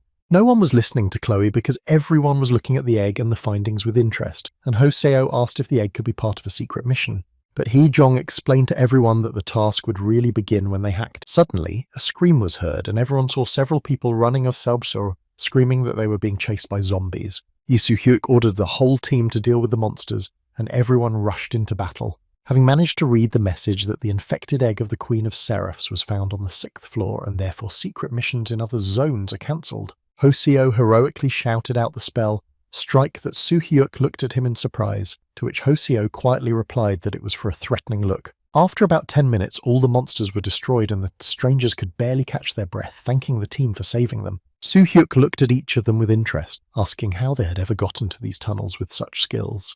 To which one of the strangers explained that they were heading to Chunmuro. They met too many zombies and decided to just run away, adding that Chunmuro was their home. A stranger saw the findings and asked what they were, and Soo-hyuk said that they had found them first and forbade them to touch them. The guy raised his hands, explaining that he hadn't even thought about it, and asked if they were all going to Chunmuro as well, to which Hoseo explained that they were also going in the same direction, and Soo-hyuk found his behaviour too suspicious and whispered it to Hee-jong. The girl didn't think twice and suggested destroying all the uninvited guests, to which Soo-hyuk whispered in fright that this was too extreme. Hee-jong looked intently at the stranger, feeling some kind of danger and fighting the urge to destroy, and the man, laughing merrily, invited everyone to go to his house to visit. Soo-hyuk didn't like the new strangers either, but he said that's what they would do, ordering everyone to leave. But he had to go back to the egg and destroy it, because according to Hee-jong, the new task would not begin, and everyone was leaning over it. Hee-jong looked at Soo-hyuk and asked him why he didn't break it, but he had a strange feeling that he didn't have to, and he exclaimed that it should not be broken. The girl was surprised to hear him say that. Hoseo reminded him that she has a skill of foresight and that he should listen to her. Soo-hyuk explained that he also had the sixth sense skill and ordered Dobby to use the purification skill on the egg. The little goblin yelled purification, and everyone noticed that the egg seemed to stir, and the tapestry started to cry purification again, and suddenly the egg cracked, and the roots that were wrapped around it began to come off, and the egg was lit up with cracks, and a message appeared that the egg's protector was nearby, and that they should be careful with it. A frightened Hee-jong explained that she had seen a vision of a key inside the egg, and she called Soo-hyuk to her, ordering everyone else not to touch the egg. They both went into the office, and the girl explained that the secret mission had changed. He added that at first, after 24 hours, the queen would appear, and the secret task was to find a safe zone with a key. And the biggest problem is that the queen appears in a random place, and now they can't defeat her. Soo-hyuk was surprised by the news about the queen, and suggested that they could get a cool reward for her, and Hee-jong offered to give her the egg, because it looked too unusual and could have been hers. The guy liked the idea of the egg. He added that he did not expect the task to change so dramatically. He said that magicians don't really think with their heads. Hee-jong grimaced like a zombie, and Soo-hyuk laughed and apologized, adding that he didn't become a magician because he was too stupid. He was only concerned about whether they would all be killed when they gave the egg away, and the girl assumed that this would not happen if the find was really a queen. And she suggested that in case of danger, they should just run away, because most likely the queen was not infected and was only waiting for the killer of her child. Hee-jong explained that they had time to rest before she came, but if something went wrong, they would have to run for 24 hours, and the guy agreed. They returned to the squad, and Chloe looked at both of them curiously and said that if they hadn't consulted everyone and decided to meet with the monster queen, she would stay in the room. Hee-jong snapped back that she could do as she pleased because she was not going to listen to her accusations. At that moment, Soo-hyuk ordered the entire squad to move forward. The only one left in the room was the offended Chloe. The squad went outside when Hee-jong apologized and explained that she had forgotten something in the building, and Soo-hyuk offered to go with her, but she flatly refused, and she went back into the building. Everyone was waiting in silence outside when suddenly a message appeared that the queen had appeared in a random place and that we should be careful. Hee-jong also jumped out of the building and because she could feel the queen getting closer. The whole unit was waiting for this battle with all their weapons drawn. Soo-hyuk ordered to move down the street. After walking a few blocks, everyone saw bloody bodies on both sides. Hee-jong looked around in horror, whispering that only 4 hours had passed and already so many had died. But Soo-hyuk only asked her if she was afraid of these bodies because her friend looked very calm. But Hee-jong smiled, saying that she was used to it, and she was more worried about Soo-hyuk. The group reached the crossroads of the neighborhoods and finally saw the queen surrounded by other strangers. All the soldiers began to speed up their pace, and Hee-jong asked if the boy had all the findings with him, and he shouted that everything was in his pocket, and the queen lifted the man with one hand, and his scream was heard all around. The queen had a non-human face and looked more like a leech. She screamed furiously as if with ultrasound, and one of the fleeing men shouted to the troops not to even think about fighting her, and asked them to get out of here. And at that moment the queen's hand caught up with him and cut him in half. Soo-hyuk was momentarily dumbfounded by what he saw and grimaced, and looking back at Hee-jong, he asked her why the queen was not infected. Hee-jong looked at the guy frightened without answering the question and whispered quietly that they had changed for some reason. She suddenly asked Soo-hyuk if he thought he could beat her, and he was so hot that he was furious. Coming closer, she added that she knew the guy's characteristics and they would be enough for the fight, but the frightened Soo-hyuk just blinked his eyes, and Hee-jong pushed him, reminding him that he had hardly fought on the 4th floor. Haerin, who was standing next to him, timidly interjected that she thought it was a bad idea, and Dobby screamed that the man was scaring him. The other boys also approached Hee-jong, asking if she really wanted to send Soo-hyuk to the battle. They suggested that she just run away while there was still time. And finally Soo-hyuk said that it would be really difficult for him to win all of them alone. The entire squad looked at the queen, who was raging at the crossroads, and Hee-jong offered to trust her to take care of the guards and help Soo-hyuk with the buffs. And smiling at the guy, she mysteriously added that she still sees the future and asked him to believe her. His friend's confidence gave Soo-hyuk courage, and he loudly exclaimed that he would try. And shouting to everyone to attack, he rushed at the queen's guards. Hoseo, fighting off one of the guards, shouted that he had better take care of the queen, and the guy rushed to the main character of the event, which seemed to be waiting for him. The queen hit him, but the guy dodged the blow, screaming at Hee-jong to throw the unfortunate egg, and the girl threw it, and Soo-hyuk deftly caught it, trying not to break it. And raising the egg high above his head, he shouted to the queen so that she could see the egg, asking mockingly if it was not her thing. The queen saw the egg and rushed to the boy with incredible speed. Soo-hyuk threw the egg in the air toward Hoseo, who deftly caught it like a ball, and Dobby shouted a purification spell that made poor Harin scream in fear. The queen was enveloped in some kind of energy ball, and began to spin at a frantic speed. That Soo-hyuk dropped his shield and tried to pick it up to the shouts of the squad that the queen was already behind him. The guy turned around and repelled her energy attack. At the same time, we are calculating its weaknesses to stop it. The queen screamed as if she were being cut, and Soo-hyuk jumped up to her as close as possible and impaled her with his mace. That it flew into the air from the energy lightning of the mace. The guy decided that now was the time for the last stroke. At that moment, Hee-jong shouted that he had forgotten about the purification and touched the queen with his mace. The monster fell as if into anabiosis, and her eyes spun in spirals. Hee-jong looked at her closely and whispered that it looked like the queen had cleansed herself and needed time to come to her senses, and suggested that they return to the media center.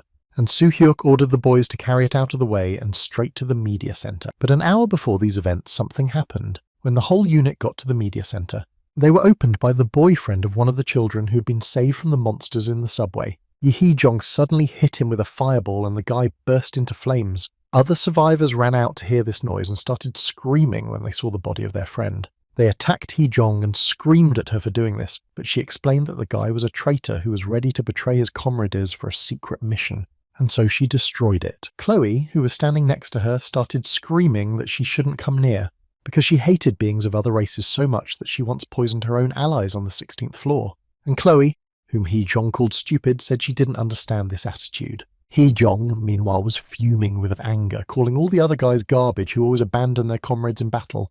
They were shocked by these accusations and shouted back that they demanded proof because they were innocent, but the girl only replied that they would never understand her. Meanwhile, the queen's face and body brightened from the purification ceremony and her eyes turned green. Her clothes turned into a bright dress, and she opened her eyes in a completely different gentle voice and thanked her rescuers for the long-awaited awakening. Meanwhile, Hee-jong handed her the egg without fear, and the queen joyfully accepted her child. And with tears in her eyes, she thanked everyone again that no one had destroyed her baby. She walked over to the wall and pulled back the vines to reveal a round hole, where she inserted her egg, which shone brightly green. In a moment it dissolved, and everyone saw a small, pretty goblin with a key in his hands. The queen joyfully took out her baby and hugged it with a happy smile. She announced to everyone that they now had to finish some work and brought the boy to the keyhole of the lock where the tapestry had inserted its key. And the whole squad saw a message that they had passed the 6th floor and received extra points and a reward for it. Soo-hyuk stared at the monster in amazement and assumed that it must be the Seraph. Meanwhile, the queen approached him and asked the name of her savior. The guy smiled broadly and introduced himself and wanted to introduce Hee-jong, but the girl stopped him. The queen came even closer and thanked Soo-hyuk again, explaining that he had shaken her whole world and promised to pray for the boy. And Soo-hyuk, who was impressed by this attitude, thanked her sincerely. The squad moved on, the little tapestry happily saying goodbye to them, and the queen waving goodbye to everyone, barely holding back her tears. Meanwhile, a message appeared that the secret mission was completed, and all characteristics were multiplied by 3. Soo-hyuk and Dobby found themselves in the restroom where the little tapestry had fallen, and immediately fell asleep after drinking a decoction to support its body. But the boy couldn't sleep and asked Hee-jong if all the members of the group could drink the same broth that Soo-hyuk had bought for them, and she agreed. And I reminded him that he, as the leader of the group, had the right to add and expel members of the squad. Soo-hyuk replied that they had one more empty seat for one person, to which Hee-jong said that they could not take anyone for now, and there would be more rewards for everyone.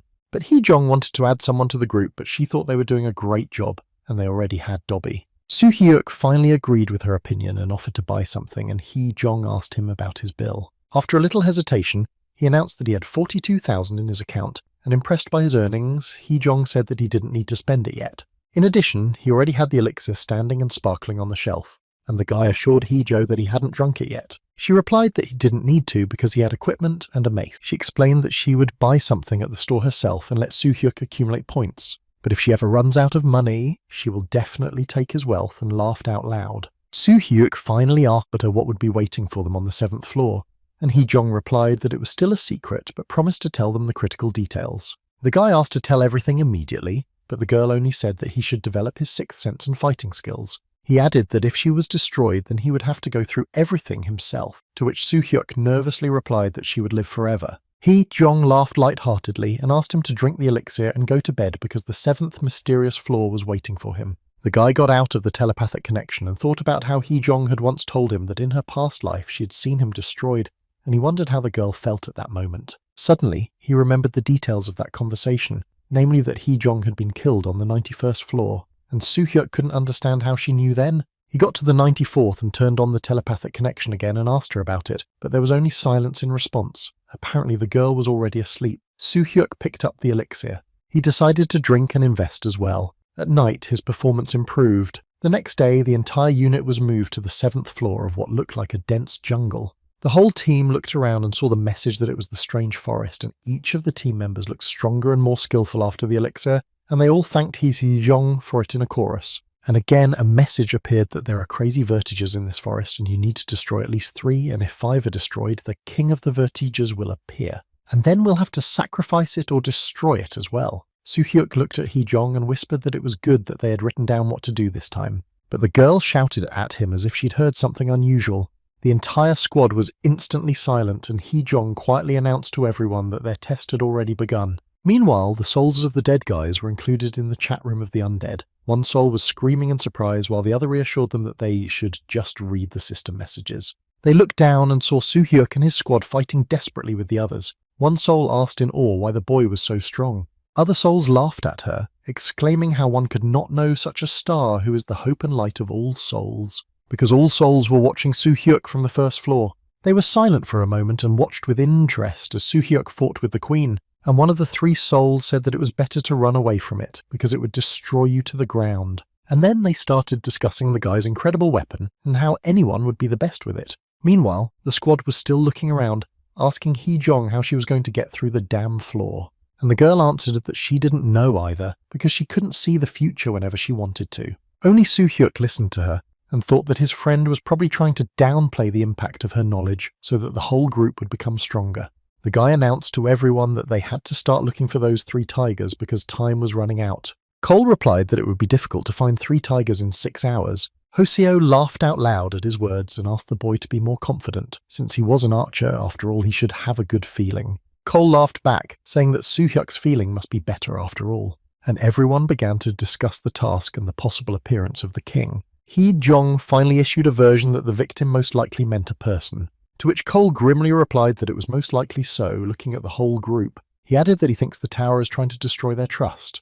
Given that a strong person becomes a leader, the tower most likely wants to force group members to evaluate each other based on the achievements of each. Soo-hyuk added that if there is no harmony between the members of the squad, then this floor can lead the group to chaos. Hoseo looked at him suspiciously, asking if he was really like that, and the boy assured him that he was quite normal. Lisman laughed again, saying that he was just joking with him, and his daughter Harin whispered in fright whether they should be worried about it. Hee-jong looked at her and asked what she meant, and Harin explained that Soo-hyuk could easily defeat the king. She reminded him how he had defeated the Queen of Seraphs, and Cole agreed with her. Soo-hyuk listened to them in silence and finally asked what they would do if the vertigreed king turned out to be stronger than him. Cole asked if the floor boss could get so much more difficult. Soo-hyuk explained to him that he should think about the worst-case scenario and that he was not going to sacrifice anyone from his group.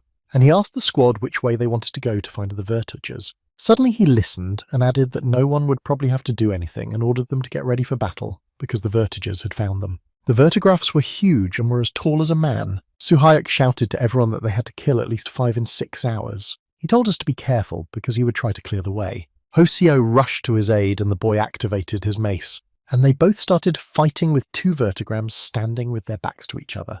After scattering the monsters in all directions, Soo-hyuk shouted to the squad to follow him, and the soldiers rushed down the passage, and the vertigers came to meet them with a frontal attack, which Soo-hyuk fearlessly destroyed one by one with his lightning mace. He did it so skillfully that Cole yelled at him to slow down, The boy could not understand why Cole said that, and he explained that all the soldiers were tired because they had been running for a long time. Soo-hyuk looked at the squad, and indeed everyone was barely standing on their feet, asking him to run slowly. The boy remembered that the priests would always lag behind, but they could not stop. Soo-hyuk shouted to everyone to use the stamina restoration spell, but he continued to fight the vulture because there were already 4 hours left. Suddenly, one of the vertigrids attacked Hoseo, and Soo-hyuk barely had time to jump up and deflect his attack by covering his warrior. And the attack was so successful that the vertigraph was destroyed, and Hoseo began to apologize for putting the boy in danger, and both of them looked with pleasure at the first trophy-winning vertigrid. Soo-hyuk raised his mace and shouted for everyone to take a break. He looked at Hee-jong, who had fallen to the ground and was barely catching her breath near Dobby. Meanwhile, Soo-hyuk himself reflected on the fact that he had a team with the best ranking and a regressor, but the boy did not understand why this chase was so difficult for everyone. He remembered the conditions of either killing the king or making a sacrifice. But if they continue to run, they will be exhausted and the whole group will be in danger. He turned his eyes to Hee-jong, who telepathically heard his thoughts, and she smiled and said that everything was fine and that he shouldn't hold back for their sake. And the guy thanked her and decided to fight seriously now. He rushed at the 2 vertigrids, activating his mace at the same time. Soo-hyuk managed to strike 2 monsters with his mace at the same time, making them whine like kittens. Hoso, seeing the head of the squad rushing into the fight himself, could not stand by and watch and also rushed to his aid. Dobby also jumped up to one of the vultures and grabbed its tail and began to twist and pull it with all his might, making the vulture scream and struggle to reach it. Soo-hyuk, shocked by these soldiers, praised the kid for shining like a candle of happiness. And at that moment a message appeared, according to which the system recorded 6 destroyed vertigrids. The next message already informed about the appearance of the king of vertigrids. Soo-hyuk realized that the monster was approaching and ordered everyone to use buffs. Hoso and the other warriors activated, and the foxman shouted out of some miracle of endurance. Meanwhile, Soo-hyuk was already standing in front of the 3 vertigers, his mace sending lightning around. The boy hit 3 monsters with lightning at once so that they screamed in a voice not their own. He began to spin the mace, forming an energy circle around him. The vertigrasses rose into the air with energy and began to spin in circles. That the soldiers watched all this with their mouths agape, not believing that it was possible to fight like that. And Hoseo shouted that he didn't want to be left behind and rushed into the thick of things, and Hee-jong tried to stop him, but he couldn't hear her anymore. The girl took an attacking stance and shouted the spellfire wall. She put up a fierce fire defense around the boy, to which Hoso exclaimed that the wall was burning brightly, preventing him from taking a step. Harin stood there watching the battle and didn't notice the vertigrid creeping up behind her. Hoseo saw him and immediately rushed in, hitting him in the head with his shield. At the same time, shouting the words, "World Riot," he tore the turntable to pieces, and looking back to Soo-hyuk, he whispered that he heard a strange sound. The guy also heard him and lowered his weapon and added that he had finally come. And indeed, the king of the vertigers appeared before the squad, a huge tiger that was much larger than the previous ones. The king addressed the boy as a human screaming, and Soo-hyuk was surprised to think that he could speak human language and then it would be possible to negotiate peacefully. He came closer to the king and looked at him and asked him if he was waiting for the sacrifice. I shouted loudly to him that I was not going to sacrifice anyone. At these words, the king shouted furiously throughout the clearing, realizing that there would be a battle ahead. And in a moment, dozens of other vertigers were standing next to him. They simultaneously snarled at Soo-hyuk, who had already activated his mace. Soo-hyuk watched all this, realizing that the whole squad could handle the vertigrams, but the king was too strong for them, and the guy looked at the vertigrids and decided to split them up. He fiercely attacked the 2 vertigers, striking between them with his mace. In this way, he managed to dislodge the king's guards and get close to him. The boy's shield was burning with energy, and he directed it at the king. But the king was still on his feet from the energy strike, and Soo-hyuk realized that his lightning didn't work. So he decided to use a different plan and attack the king again. He plunged his mace into the king's body, causing him to scream and bend over in pain, that his eyes were filled with tears and lightning. But the king managed to jump back a few steps and take a defensive stance, demonstrating some incomprehensible karate trick. But the boy's enthusiasm did not subside, and he swung his mace again. And to top it off, he jumped high into the air to be taller than the king. But he hit him with his mace so hard that the cat was struck by lightning. The king fell to the ground in pain and began to roar from side to side, and Soo-hyuk hovered over him, asking how long he would pretend. The king was not doing well, and even his pupils were shaking in pain. But with the last of his strength, he got up and took up his attacking stance again, and he shouted an incredible scream, deafening Soo-hyuk. The guy rushed at him again, and at the right moment he hit him again in the stomach. yelling at him that he was opening up on the other side and therefore allowing him to attack. The force of the blow was so great that the king rolled on the ground. He was lying there, barely breathing. Soo-hyuk came to him and asked if he wanted to continue. Meanwhile, Hee-jong was expanding her wall of fire, which had already enveloped everything around her, and Ho-seo shouted that it looked like Soo-hyuk was already ending her battle. And Ho-seo, screaming world rage, rushed to the boy, and Dobby started whining that he was incredibly tired. And standing in the middle of the clearing, he shouted the spell Endurance, raising his paws up, and he became strong again. Meanwhile, Harin activated her staff. She hit him with energy in the direction of the werewolves, who were already attacking her again. And the trick was successful because small energy balls flew into the bodies of the vertigers and the monsters screamed in pain. Harin stood there happy because her idea had finally worked, and she too had joined the fight. And Hee-jong, who was watching her, thought that perhaps in her past life she had been a warrior priest after all. She shouted to Soo-hyuk that it was time to end this slaughter because they needed to regroup. The guy also decided to end everything and approached the king and declared that it was his end. And the king screamed in helplessness, throwing himself at the boy, and Soo-hyuk slapped his forehead and laughed, saying that this aggression would not help him. But at that moment, the unexpected happened because the king of the vertigers did not rush at Soo-hyuk but jumped toward Ho-seo, where helpless Harin stood in the way, blinking her eyes. Her father saw it and came to his daughter in 2 jumps, because at such moments a person gets a second wind. Ho-seo stuck his fingers into the eyes of the vertigo after it bit him on the shoulder. And at that moment, Cole began to aim his arrow at the werewolf when Soo-hyuk suddenly yelled and swung his mace over the werewolf and destroyed him. Ho-seo was barely standing up, and Dobby quickly shouted a healing spell as he saw him bleeding to death. Harin frighteningly rushed into her father's arms, and at that moment the message appeared that the vertigreed king had been destroyed. 2,000 points are credited to his account, and Ho-seo inherits the throne of the king of the vertigrids through blood absorption. So the transformation of the vertigraph begins. Ho-seo instantly twisted in pain, and his body began to be covered with tiger orange fur and his teeth turned into canines. He completely transformed into a tiger, and Harin started screaming to her father in fright, not realizing what was happening. Ho-seo started yelling back at her to stay away from him. He asked Soo-hyuk to take her to a safe place as soon as possible. The guy, in shock, grabbed the girl and shouted to Hee-jong that there was nothing he could do about Ho-seo. But Hee-jong remained shocked, and Soo-hyuk thought in despair that he was to blame for what had happened to Ho-seo. Remembering the monster Karaksha and the paladin, he understood that if Ho-seo becomes the new king of the vertigers, he will have to destroy him as well. And the guy saw a message about possible support for the use of the neutralizer. Yi Soo-hyuk quickly placed an order for the neutralizer, and having received the coveted bottle, he rushed to Ho-seo and poured the liquid into his mouth. This neutralizer made Ho-seo feel terribly sick. His eyes glazed over and he seemed to stiffen and become motionless. And he fell face down on the ground staggeringly. Harin rushed to her father, crying, trying to revive him. But Ho-seo lay there silently, not answering, and his body returned to human form. After lying there for 5 minutes, the man got up and asked his crying daughter what had happened to him. He added that he fell into unconsciousness when he saw himself turning into a vertigrade. Harin began to explain to him that Soo-hyuk had saved him by taking a bottle out of nowhere, and Soo-hyuk, coming closer, suddenly noticed that Ho-seo seemed to have changed somehow. Cole also took a close look at Ho-seo and added that indeed his skin had turned red, and his eyes were sharp as a wild animal's, and his height had increased. And only Ho-seo laughed out loud, explaining that it was really tiger energy that was bubbling up inside him. He called Soo-hyuk closer to him, and the latter approached in surprise. At that moment, Ho-seo jumped up to him and started shouting words of gratitude, completely knocking the guy off his feet. The guy escaped from his arms and only reminded him of his promise to protect and save everyone in his unit. But Ho-seo suddenly asked him that in case something happened to him, he should save his daughter first, and Soo-hyuk had no choice but to promise to fulfill his wish. He added that, in any case, he would definitely save them both. At these words, Ho-seo couldn't help but burst into tears and threw himself into his arms again, that the poor guy did not know what to do with him anymore, barely holding the sobbing man on his back. Cole, who approached them unnoticed, dared to ask Soo-hyuk how he managed to do it, and the guy said that a constellation that gave him a neutralizer helped him. And now Harin is crying, saying that the constellations can support them. Soo-hyuk explained that this is a temporary support that is not yet available, but it may open with the elevation of the floor.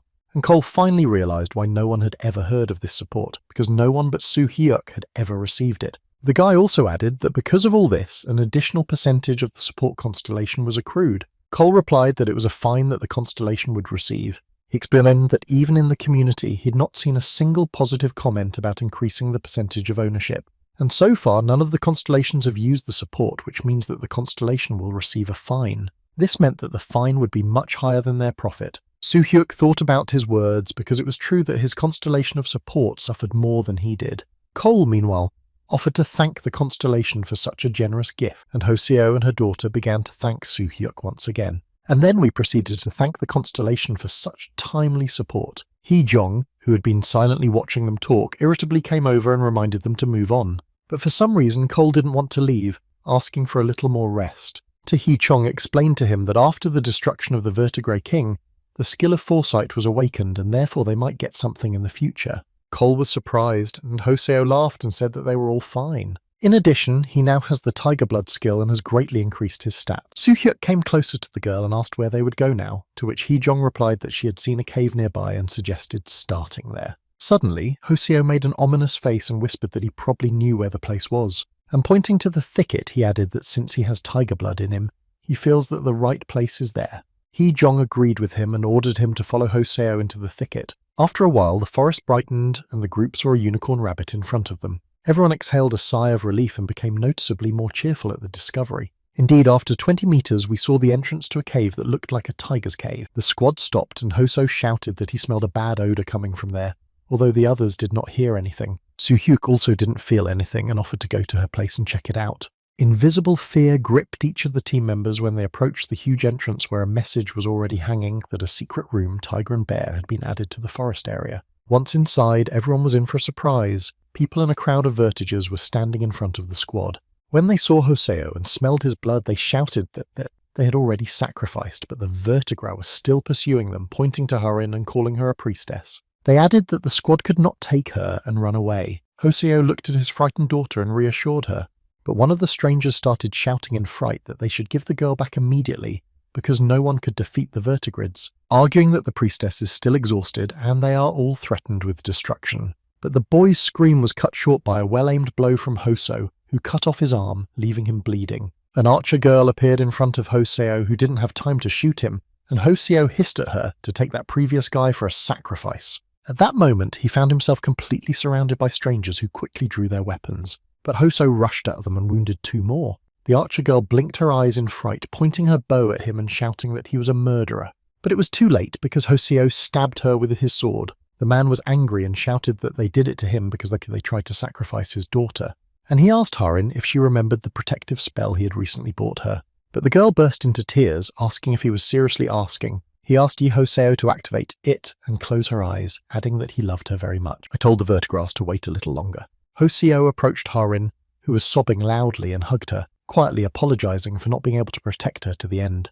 And it was reported that a sacrifice had been made that satisfied the king, and now the Vertigra would no longer attack. The squad moved on. Soo-hyuk caught up with Hee-jong and asked if it was normal for him to have 21% of the ownership. The girl looked at him in shock, asking if the constellation of support had really absorbed 20% of the total, and Soo-hyuk added that 1% was for the neutralizer. The friend, having calmed down a bit, said that later the guy would be able to lower everything and he would find out all the details in the waiting room.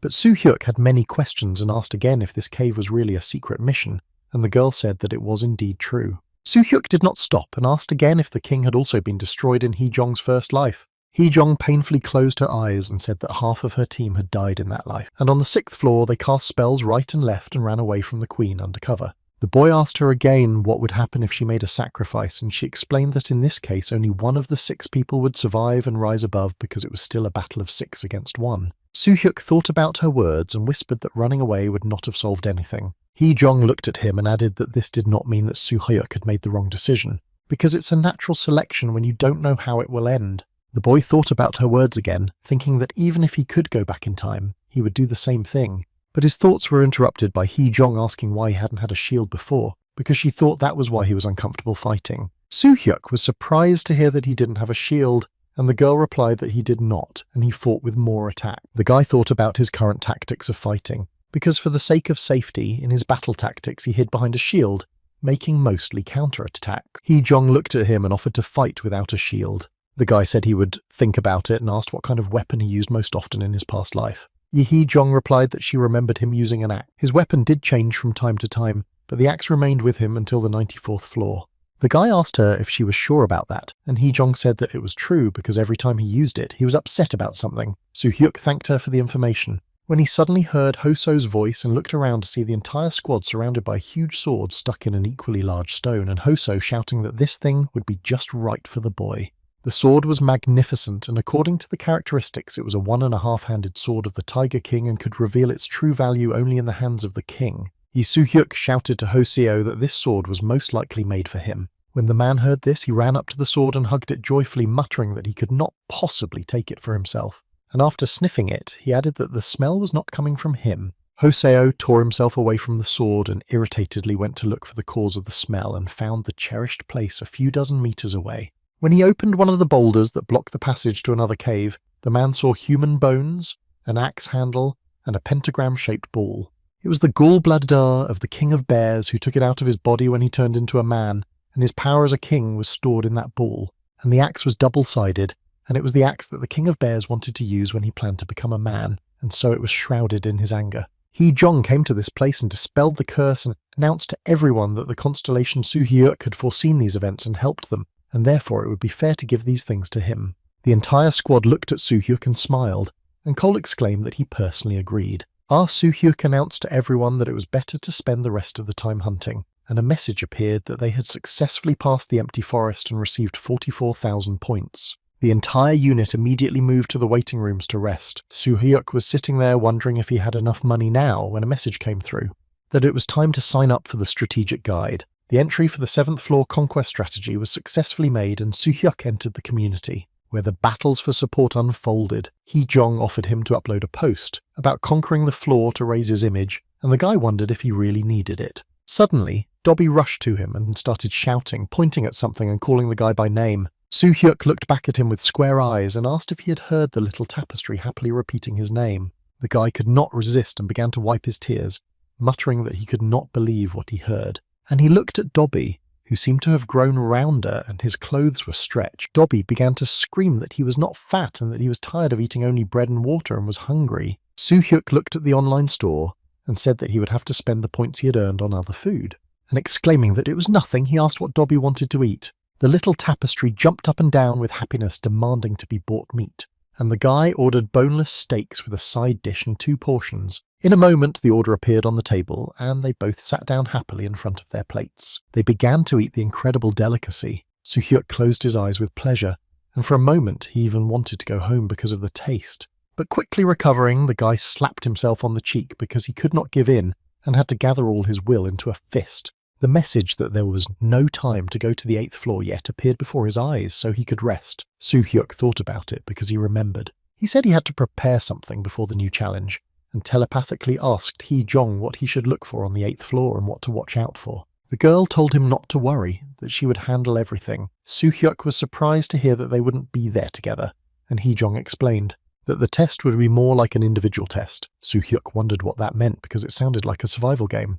His thoughts were interrupted by Hee-jong again, explaining that they wouldn't even have to fight because they could mow down the percentage of possession right now, and the guy agreed, asking how many % of the limited characteristics can be restored on one floor, to which the girl replied that the average is 5% because it all depends on his activity, to which Soo-hyuk said that then everything will be leveled on the 10th floor. Hee-jong hesitated a bit, and suddenly said that it was likely to the 11th floor. And in fact it would be better for the guy because the higher the characteristics, the harder it is to upgrade them. With the restriction of these characteristics, the points to increase them increase, and as soon as Soo-hyuk removes the restriction, he will become much stronger than he is now. Yi Soo-hyuk decided to spend his percentage of ownership right away. Instantly a message appeared in front of his eyes asking him to spend 20% of his ownership. The guy quickly clicked yes and spent all his possessions in no time. He started to shake and his eyes would double, and he complained to Hee-jong that he felt worse than he expected. But the girl ignored his whining and asked him if he had eaten the gallbladder yet, and Soo-hyuk said he had saved it for dessert.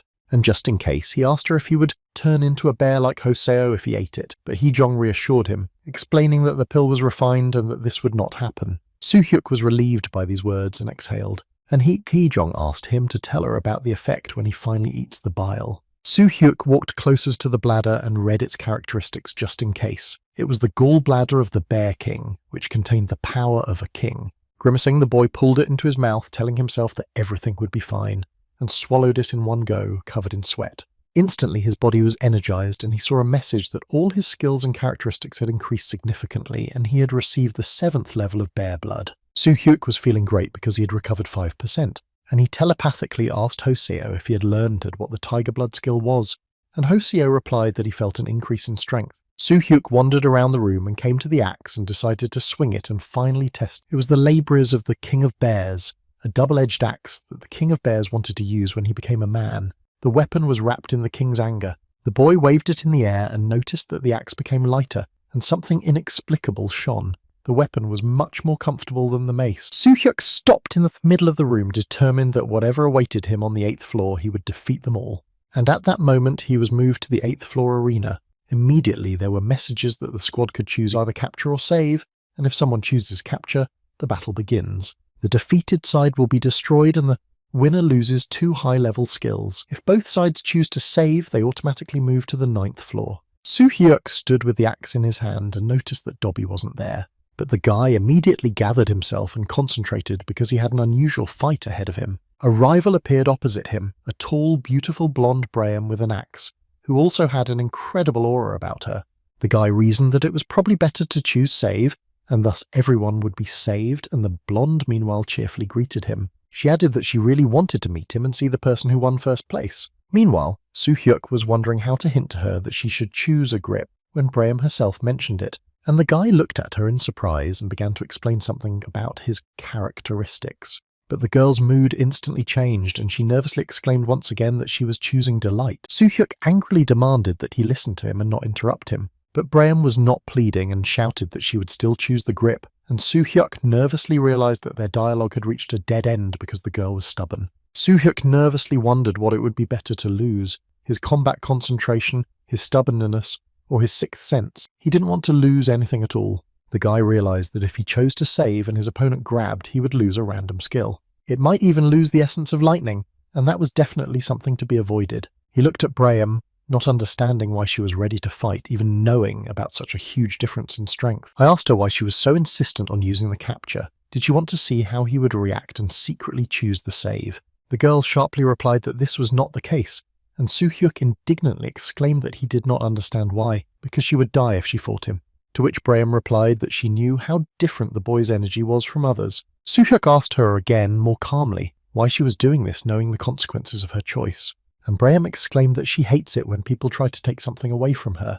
Soo-hyuk was amazed by such stupidity, arrogance and stubbornness. Her words infuriated him so much that he shouted that he was not going to persuade such a stupid goat anymore and took an attacking stance. At that moment, something seemed to stop him and he felt as if he had missed something, his intuition telling him not to choose a grip.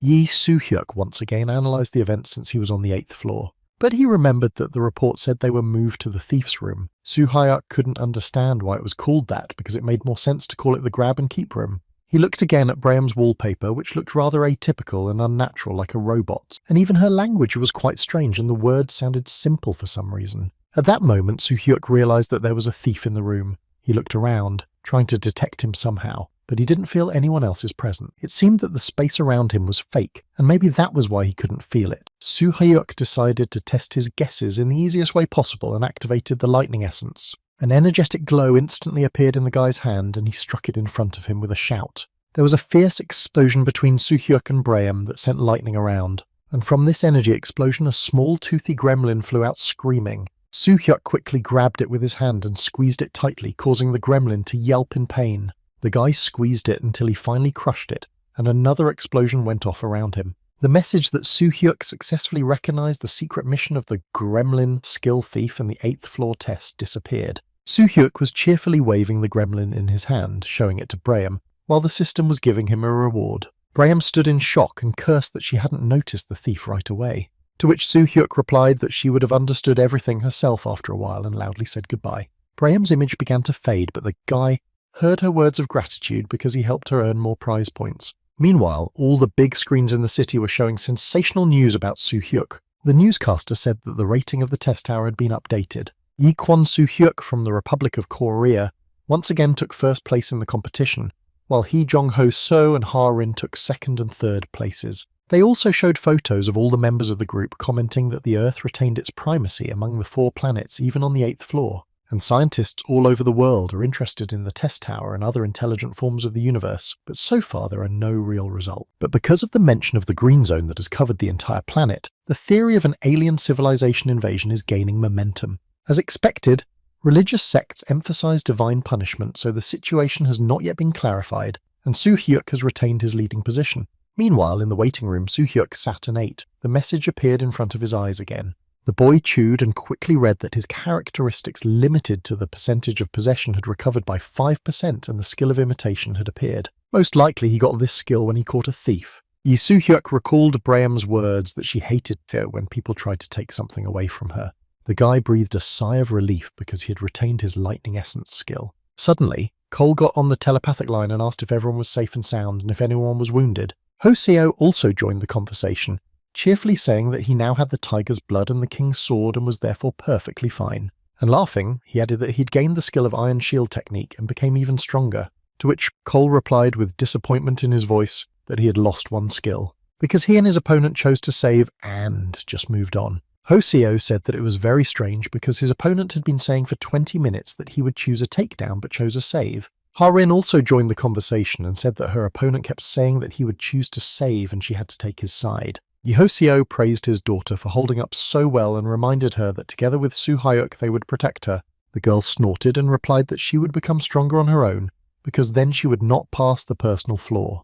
The guys laughed at this and Hoseo asked Soo-hyuk how it went. Yi Soo-hyuk said that he had to catch a thief on the floor who was using illusion magic, and he succeeded and got the skill and points. And Cole added with surprise that now it was clear why everyone around him was standing on their ears. Soo-hyuk realized that he needed to go to the general chat, and after reading the comments, he decided to go to rest because his head was already spinning. He was lying on the bed, looking tiredly at the ceiling with one thought that kept him busy, namely why Hee-jong was silent. He wondered if the girl really wanted him to kill the man. He didn't understand her silence, so Soo-hyuk tried to think of all the options. I imagined how I would feel if I really destroyed a person. Or if he and Hee-jong were swapped, would he be able to make the same decisions for her future? Soo-hyuk nervously stood up and was the first to send a message to Hee-jong that he had caught the thief. But the girl was silent, and the guy got nervous again and decided to change the subject, asking what to look for on the 9th floor. Hee-jong responded by muttering that this was the command floor, where she had to go through a maze from which she did not know the way out. Soo-hyuk was happy to hear her voice and asked if it was possible to act faster in it.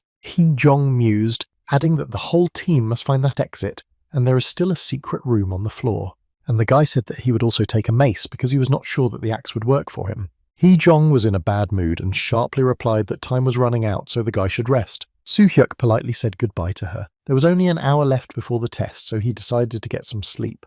An hour later, the whole team stood in front of the gate of the 9th floor, which had a Kashyatam labyrinth from which they had to find a way out in 7 hours. Cole looked around curiously, asking what floor they would have this time, to which Hoseo replied that the floor felt like a classroom. Soo-hyuk read the message about the maze and remembered Hee-jong's words, and he decided to start moving along one wall to explore the way, and 5 minutes later a message appeared that they were in the center of a maze. Instantly, the whole team realized that they were being drawn into a maze. Yi Soo-hyuk was determined to learn the whole way by quickly recreating the path in his head. But 10 minutes into the journey, a huge green orc with a sword appeared in front of the team. Soo-hyuk instinctively tried to turn away, but his body did not obey, as if it were petrified.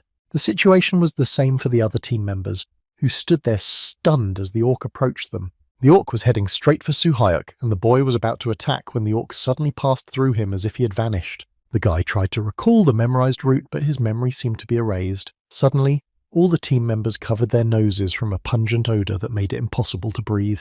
It stank so bad that everyone was dizzy and wanted to vomit. Yi Soo-hyuk gave the order to get out of there before the time ran out and suggested a short rest before the journey. Suddenly, Cole shouted that he had another way out. He explained that he had an incredible memory and therefore clearly remembered all the way to the exit. He offered to follow him while preserving his strength. Hoseo was so excited by this news that he exclaimed that he had incredible companions. And Soo-hyuk thought about the fact that Cole had never lied to him, and he asked Cole if he could remember the way to the exit if they took a different route, to which Cole replied that he most likely could and asked why. Soo-hyuk explained to everyone that he didn't think it was necessary to go to the exit so quickly, and it would be nice to look for a secret task or a secret room. And Hoso and Dobby exclaimed that this idea was really cool. Soo-hyuk summarized that now their goal would be to find a secret task or room. The whole team revived, and everyone shouted forward and started moving. And Soo-hyuk looked at Cole intently and added that he hoped he would remember him, and the boy nodded in response. And turning his gaze to Dobby, he added that he hoped for him as well, and the little tapestry blinked. And it went on like a boss that Soo-hyuk started shouting that he appreciated his feelings, reflecting on how obedient Dobby had become. Dobby stopped and pointed his sword into the darkness and whispered that he thought it was better to go that way. He added that there was something nearby. Soo-hyuk came closer to him and stopped him with his hand and asked him to wait, because in a moment a huge monster appeared in front of everyone in the form of Buffalo, and the whole unit shouted for an attack and drew their weapons. But Soo-hyuk stopped everyone and asked them to wait so that he could deal with the monster himself. Surprised, Hoseo asked why he wanted to do that, and the guy explained that he wanted to try out his new axe. But Hoseo kept saying that he had never seen such a monster before, and was not sure that Soo-hyuk could handle it. And the guy asked them to come to his aid if they saw that he really couldn't cope, to which Hoseo promised to back him up and help him with the whole team, and Soo-hyuk went to attack. Activating lightning in his hands, he rushed at the buffalo, which was covered in red fire. He snarled and swung his weapon at the guy like a huge stone wall. But Soo-hyuk, not for a moment afraid, rushed to his side and swung his axe, and he tried to hit the buffalo. And at that moment the energy between them broke up, colliding in one point. And Soo-hyuk realized that this battle felt like something was missing. He quickly began to analyze what was going on. Maybe it was his mace, or maybe it was because he didn't use a shield. On reflection, I decided to use only an axe without a mace. Meanwhile, the buffalo was seriously angry and rushed at the boy with a terrible roar. And Soo-hyuk grabbed his axe and rushed to meet him without hesitation. And using his agility, he jumped up close to the monster and stabbed it in the body with his axe. That the buffalo bellowed and fell in a matter of seconds without signs of life. For a moment, Soo-hyuk was confused that this terrible battle was over, and then he shouted to the team that they were going to continue. But there was silence in response. He looked back at his friends and saw that each of them was shocked by what he had seen, and Hoseo asked how he had done it. To which Soo-hyuk replied that he fought as usual, but this time he had a feeling that the axe was perfect for him. But Hoseo noticed that this time everything looked completely different. A surprise, Cole added that the fight was more concise and organic than the previous ones, and his punches were the best. And the whole team unanimously agreed with Cole's words that Soo-hyuk blushed at the honour. But suddenly Hee-jong lets it slip that she thinks Harin and Soo-hyuk exchanged too many frank looks after the fight. Hoseo, hearing such words about his daughter, exploded in a terrible anger, and Harin began to scream that she did not understand what she meant, and Soo-hyuk grumbled that it was complete nonsense. The squad went on ahead of Soo-hyuk, who skillfully destroyed the 8th orc in a row. Hoseo looked at the results of his fights and remarked that the previous ones were somehow more spectacular, to which Soo-hyuk replied that it must be because there you have to fight with an axe, holding it with both hands. Hoso thought for a moment and suggested switching to a two-handed axe, and the guy agreed with him that it would be better, but for now he will use this one. At the same time, he noticed Harin's strange, blurred, lovelorn gaze. Suddenly, Hee-jong yelled at Soo-hyuk that it was all about his mace, and the guy remembered that the girl had once told him that Harin was a priestess who had a rather difficult character. Soo-hyuk looked at Harin, who seemed to have gone crazy, and for a moment he was afraid. And coming closer to her, he suddenly offered the girl to try his mace, explaining that it would be nice for Harin to learn how to defend herself against the enemy when no one else is around. Harin was taken aback by the offer, but promised to return the mace after the 9th floor was cleared. But Soo-hyuk was not amused and offered the girl to keep the mace, always explaining that he was more comfortable with the axe. And he handed her the mace, adding that she should not worry because his best weapon was a two-handed axe.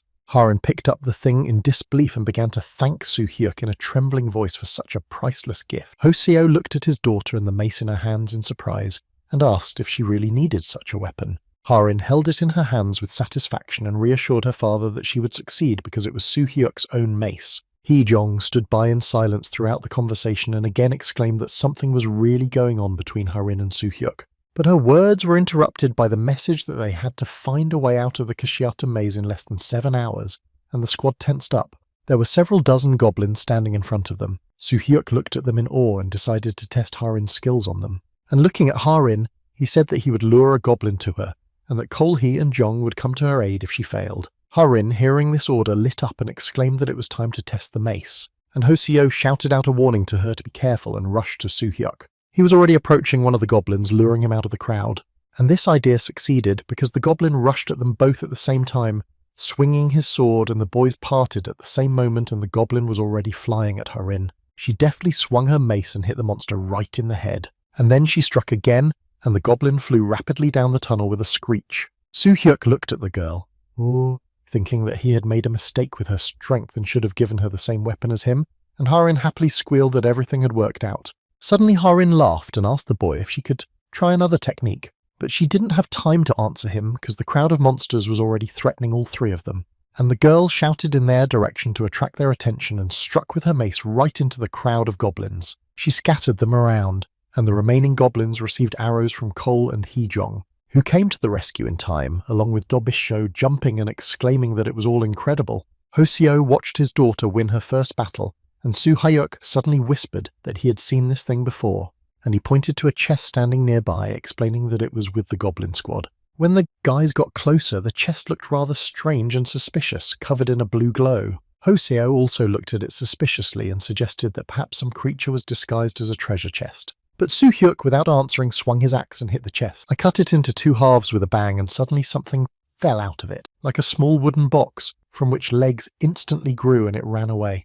That Hee-jong started yelling at Su-hyuk to catch her at any cost, and the guy ran after the box, which was running at breakneck speed through the tunnel. But the thing turned out to be much more agile than he thought. For a moment, Su-hyuk even thought that by the time he caught him, he would have gotten far enough away from the group and even lost his way. Gaining speed, he began to go through all his skills in his head to apply something, and remembered that he had the essence of lightning. I decided to use it, thinking that maybe it would make me even faster. Su-hyuk drank the essence and activated it, and was covered in a grey light. But he began to pick up speed at lightning speed, caught up with the wooden box, and finally grabbed it.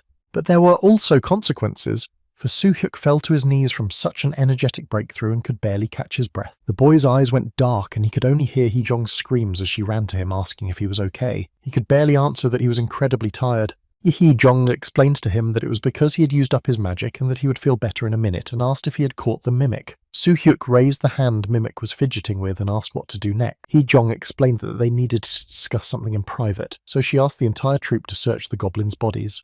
But Su-hyuk asked if there were any other objects in the ship besides Mimic. But Hee-jong didn't seem to hear the question, and asked the boy if he had really used the lightning essence. Su-hyuk answered in the affirmative, explaining that he thought this particular essence could help him, so he decided to try it. Hee-jong smiled and praised the guy, saying that she had always wondered when he would finally use her in non-standard conditions. She added that Su-hyuk could use the essence on this floor as he pleased. Hearing this advice, the boy raised his hand and struck the ceiling with lightning. Because as soon as he received it, he noticed that Hee-jong was a little disappointed about it, and he decided to think about it in the next waiting room. And holding out a mimic, he asked if they would need it later. The girl replied that facial expressions could be used as a tool, and that the box's face contorted at these words. She explained that you can put objects or money in it just like when you were a child, and use it as a hiding place, and since he is still small and not an adult, it is possible with him. And taking Mimic in her arms, she began to shake him, and Mimic squeaked. Finally, the box fell silent, and Hee-jong explained that you have to shake it and then use it.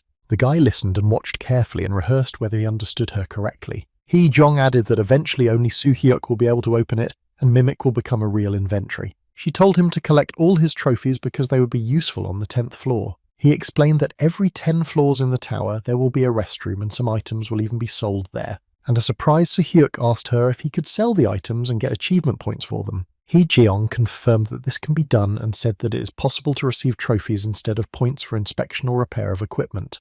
They would have talked for a long time, but they heard Hoseo calling them, and Hee-jong suggested that they continue this conversation later. She turned around and told the guy that after the 11th floor there would be single floors and he should get ready for them. Su-hyuk could hardly digest this flow of information and repeated it like a mantra, afraid of forgetting something. They returned to the corral and saw everyone questioning Dobby, who was businesslike and reasoned that the goblins were all very poor. Dobby saw Su-hyuk and rushed to him, asking if he had caught Mimic. And the guy pointed to his pocket and said that he had caught it and put it in his pocket and would use it as inventory. And Hoso reported that he had found some gems and an old weapon, and he suggested that Su-hyuk should definitely check out the Mimic and put something in it. Su-hyuk also took Mimic out of his pocket and opened it. It was a little Mimic, because the adult one looked quite strange and this one looked really different. Hoseo's hands are so full of weapons that Su-hyuk asks if it's too much. But my uncle didn't listen to him and started putting all the weapons into Mimic, which fit him perfectly. It turned out that the little Mimic was happy with the spacious inventory, and everyone started putting their trophies in it. But Hoseo had already begun to drag a huge boulder toward Mimic, that the little monster, seeing such impudence, got angry, and began to spit out all the weapons he had absorbed. Soo-hyuk started to gather his weapon when he suddenly noticed something shining, and looking closer he saw a small golden key of mimic which was most likely connected to the Kashiatum labyrinth, and a message appeared about the open secret room. Meanwhile, in the soul chat, one of the souls who had been watching Soo-hyuk was loudly asking the entire chat if there was anyone who had been watching the guy from the beginning. Indeed, another soul with glasses flew up to him, who was also a Soo-hyuk fan from the very first floor of the building, and the first soul asked if Soo-hyuk really found secret rooms all the time. The bespectacled man confirmed everything, and the first soul enthusiastically began to discuss the guy and his incredible abilities.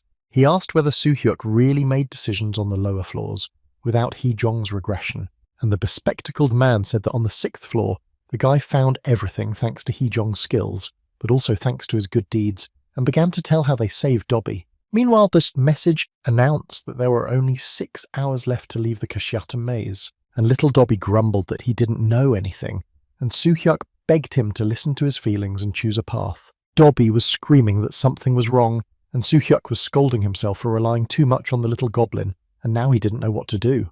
And he asked Cole if he remembered all the way through the journey. Cole confirmed that he remembers the entire maze. Yi Soo-hyuk thought hard about which way to go or whether he could go back. The squad was standing at an intersection, and Cole and Soo-hyuk were discussing which way to go to get out of there. Soo-hyuk suggested that everyone return to the previous intersection they had passed, and decide where to go at that intersection. His idea was supported by both Cole and Hoso, who thought it was really the best option. Only Dobby, who was standing in front, said that we should go to the left. Hoseo looked carefully to the left and told the goblin that this was the left turn they had just taken, and the goblin said it was the wrong one. Soo-hyuk looked at the two of them and asked if they thought they hadn't found her yet. Hoseo didn't understand what he was saying and asked him what he meant, and the guy explained that the secret room could be in the corridor between these intersections, and they still haven't found it. And Cole exclaimed in surprise that Soo-hyuk was right because they hadn't checked that passage. Dobby also attacked Soo-hyuk, accusing him of speaking left-handed, and the boy apologized to him because he didn't understand the first time. Soo-hyuk announced to everyone that this time they had to check everything carefully,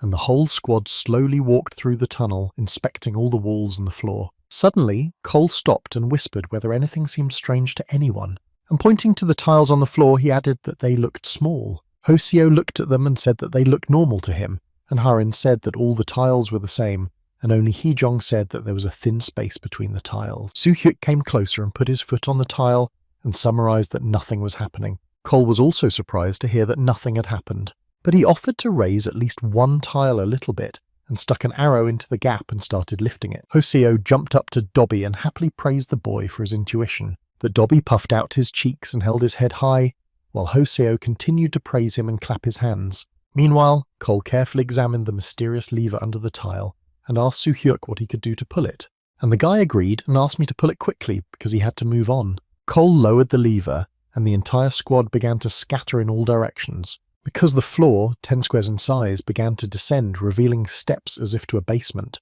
Soo-hyuk resolutely went down the stairs and ordered everyone else to stay on the surface, and the boy and Hoseo went to the basement. Instantly, a message appeared that they had entered Dog Heaven, which is a secret room on the 9th floor of the maze, but that the room was open, and that's why Kashiatum's hunting dogs were released, and Soo-hyuk heard barking in the dark. Suddenly, the boy heard Hee-jong's voice shouting the spell Fire Flash, and everything around him was covered in fire. And not far away in the corner stood all the members of the squad, looking at the dogs standing right in front of them. There were up to a dozen of them, and the dogs were barking and running right at the soldiers. Soo-hyuk menacingly ordered his troops to prepare for battle, and he himself was going to attack from the front. The first dog jumped into the air and bared its teeth at him. Others were already flying after it, and Soo-hyuk decided to him as much as possible and unload his rear. The guy spun around in a circle with his axe out, chopping the dogs like newspapers, their bodies just falling around with a crash. And in addition, he encouraged other animals to throw themselves at him. The number of dogs was getting incredibly high, and Soo-hyuk only managed to fight them off, realizing that there are even more of them and he may not be able to cope with such a large number. But he decided to take his time and do everything in his power, and took up an attacking position again, and he fearlessly rushed into the thick of a pack of monster dogs with no end in sight. Soo-hyuk looked at the dogs and finally realized that this destruction was not the way out of the situation. He had to think of something else, and at that moment he thought he heard a sound from the depths of the tunnel. The boy realized that there was a door in the darkness that opened, and let the dogs out and called out to Hee-jong. Quickly explaining his guesses, Soo-hyuk wanted her to help him quickly past the pack of dogs, and covered with the energy of lightning, Soo-hyuk began to run past the monsters. He carved dozens of energy balls ahead of him, thanks to which he could move. And at that moment, the boy was overtaken by a pillar of fire that was Hee-chong's magic. The guy was staring at the huge fire, which looked like a big snake. I decided to follow this flow, saving my own magic. His lightning energy was just enough to keep up with the fire snake, and the guy ran straight into a huge crowd of dogs running in his direction. Soo-hyuk activated his axe and launched energy directly into the dog pack. In this way, he made his way to the gate and managed to close it without letting out a bunch more dogs. They instantly became closed and barked loudly at the guy, knocking down the gate.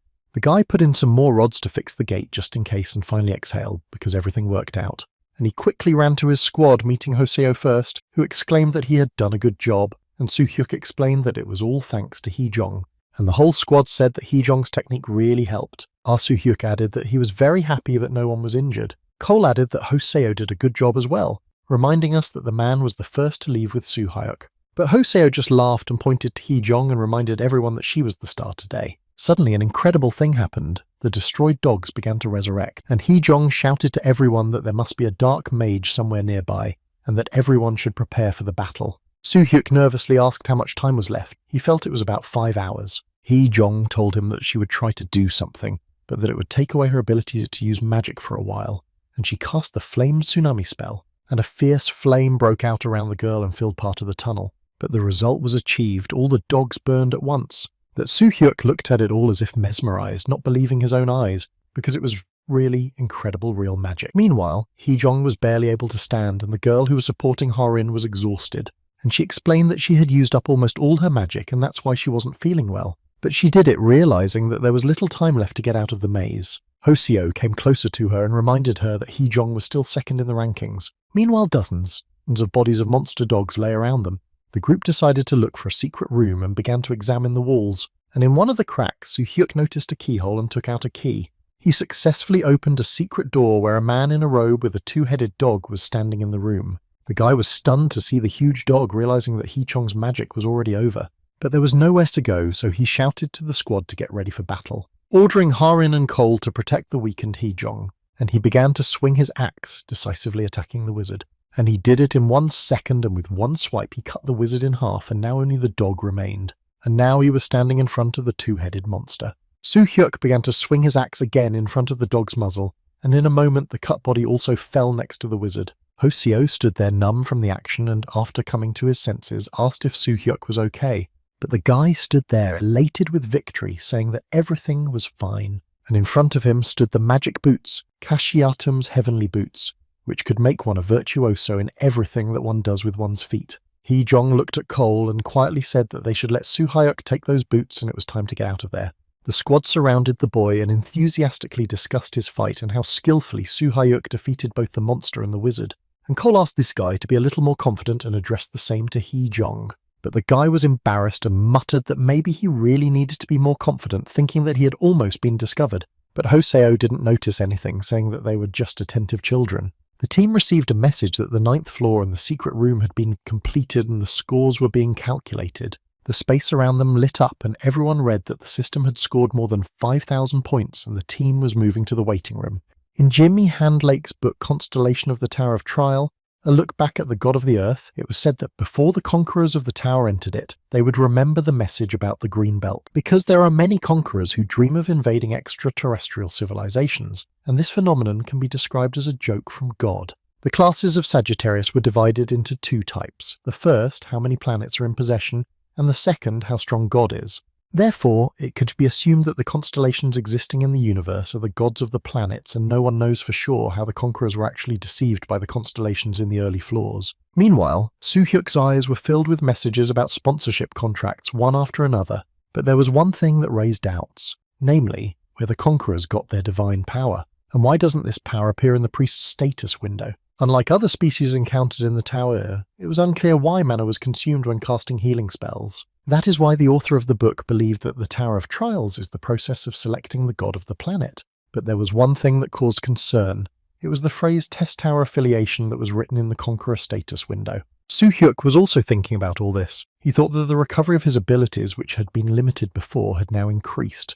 And so as soon as he reaches the 11th floor, his skills will become better because the 10th floor will be a break for BOM. Soo-hyuk had half an hour to go to the 10th floor, and he was happy to study his improved skills. A guy went to a store and bought a chest for Mimic for 1,000. As always, the delivery of the purchase was instantaneous, and Soo-hyuk looked at the new chest with interest, and he telepathically asked Hee-chong how to put Mimic in it now because the chest was smaller than him. The girl explained that you need to open the lid of the Mimic over the chest and turn the kid upside down, and he will enter without any problems. The guy succeeded and asked if this was the whole instruction. Hee-jong added that she needs to practice her facial expressions a bit to make it a full-fledged tool.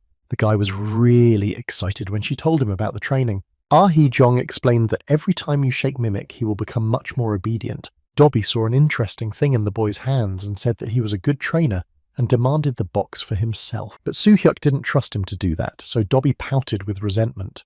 And grumbling about the terrible injustice, Dobby stomped his feet around the room. Meanwhile, Soo-hyuk again telepathically asked Hee-jong what she had learned about the armor. The girl was looking for information about her at that very moment. She suggested that they discuss it when they were both in the recreation area. In a moment, Soo-hyuk and Dobby were moved to the 9th floor, where, by the way, it was forbidden to fight and only allowed to rest. The boy and Dobby had 36 hours to do it, and they were happy to receive such a gift of fate. The entire unit stood in the middle of a green meadow, not believing their eyes that they were supposed to rest here. Everyone was happy to receive this gift because fatigue and exhaustion were showing. Hoseo laughingly recalled how his father had once told him about such a flaw, and Harin exhaled because she was very worried about the upcoming tasks. Hoseo was not satisfied and added that usually in such a place they give awards according to the rating. Soo-hyuk looked around after he said that and grumbled that he didn't see anything like that. Suddenly, a whole crowd of people appeared in front of the entire squad as if they were holograms. The guy even saw some familiar faces in that crowd, but he did not understand whether this place could accommodate all these people, because there were about 1,000 of them. Hee-jong explained to him that they were in the first sector of the 10th floor, and the recreation area was divided into different sectors. Each sector has its own advantages, and pointing to the far houses, she said that it seems to be where the recreation area is. Dobby was the most excited and begged everyone to go home. Hee-jong went on to explain that the recreation area is divided into 4 sectors: shelter, cafeteria, and armory. According to Hee-jong, the shelter and canteen were provided free of charge. In the store, they could repair equipment and sell trophies. The gun shop was selling weapons that were not available in the waiting area. But there was one problem. In order to buy something, you had to leave something of your own. Both the gun shop and the other store will open only tomorrow. Soo-hyuk walked and looked around with curiosity. It was the first time he had been in such a quiet place since he had entered the tower.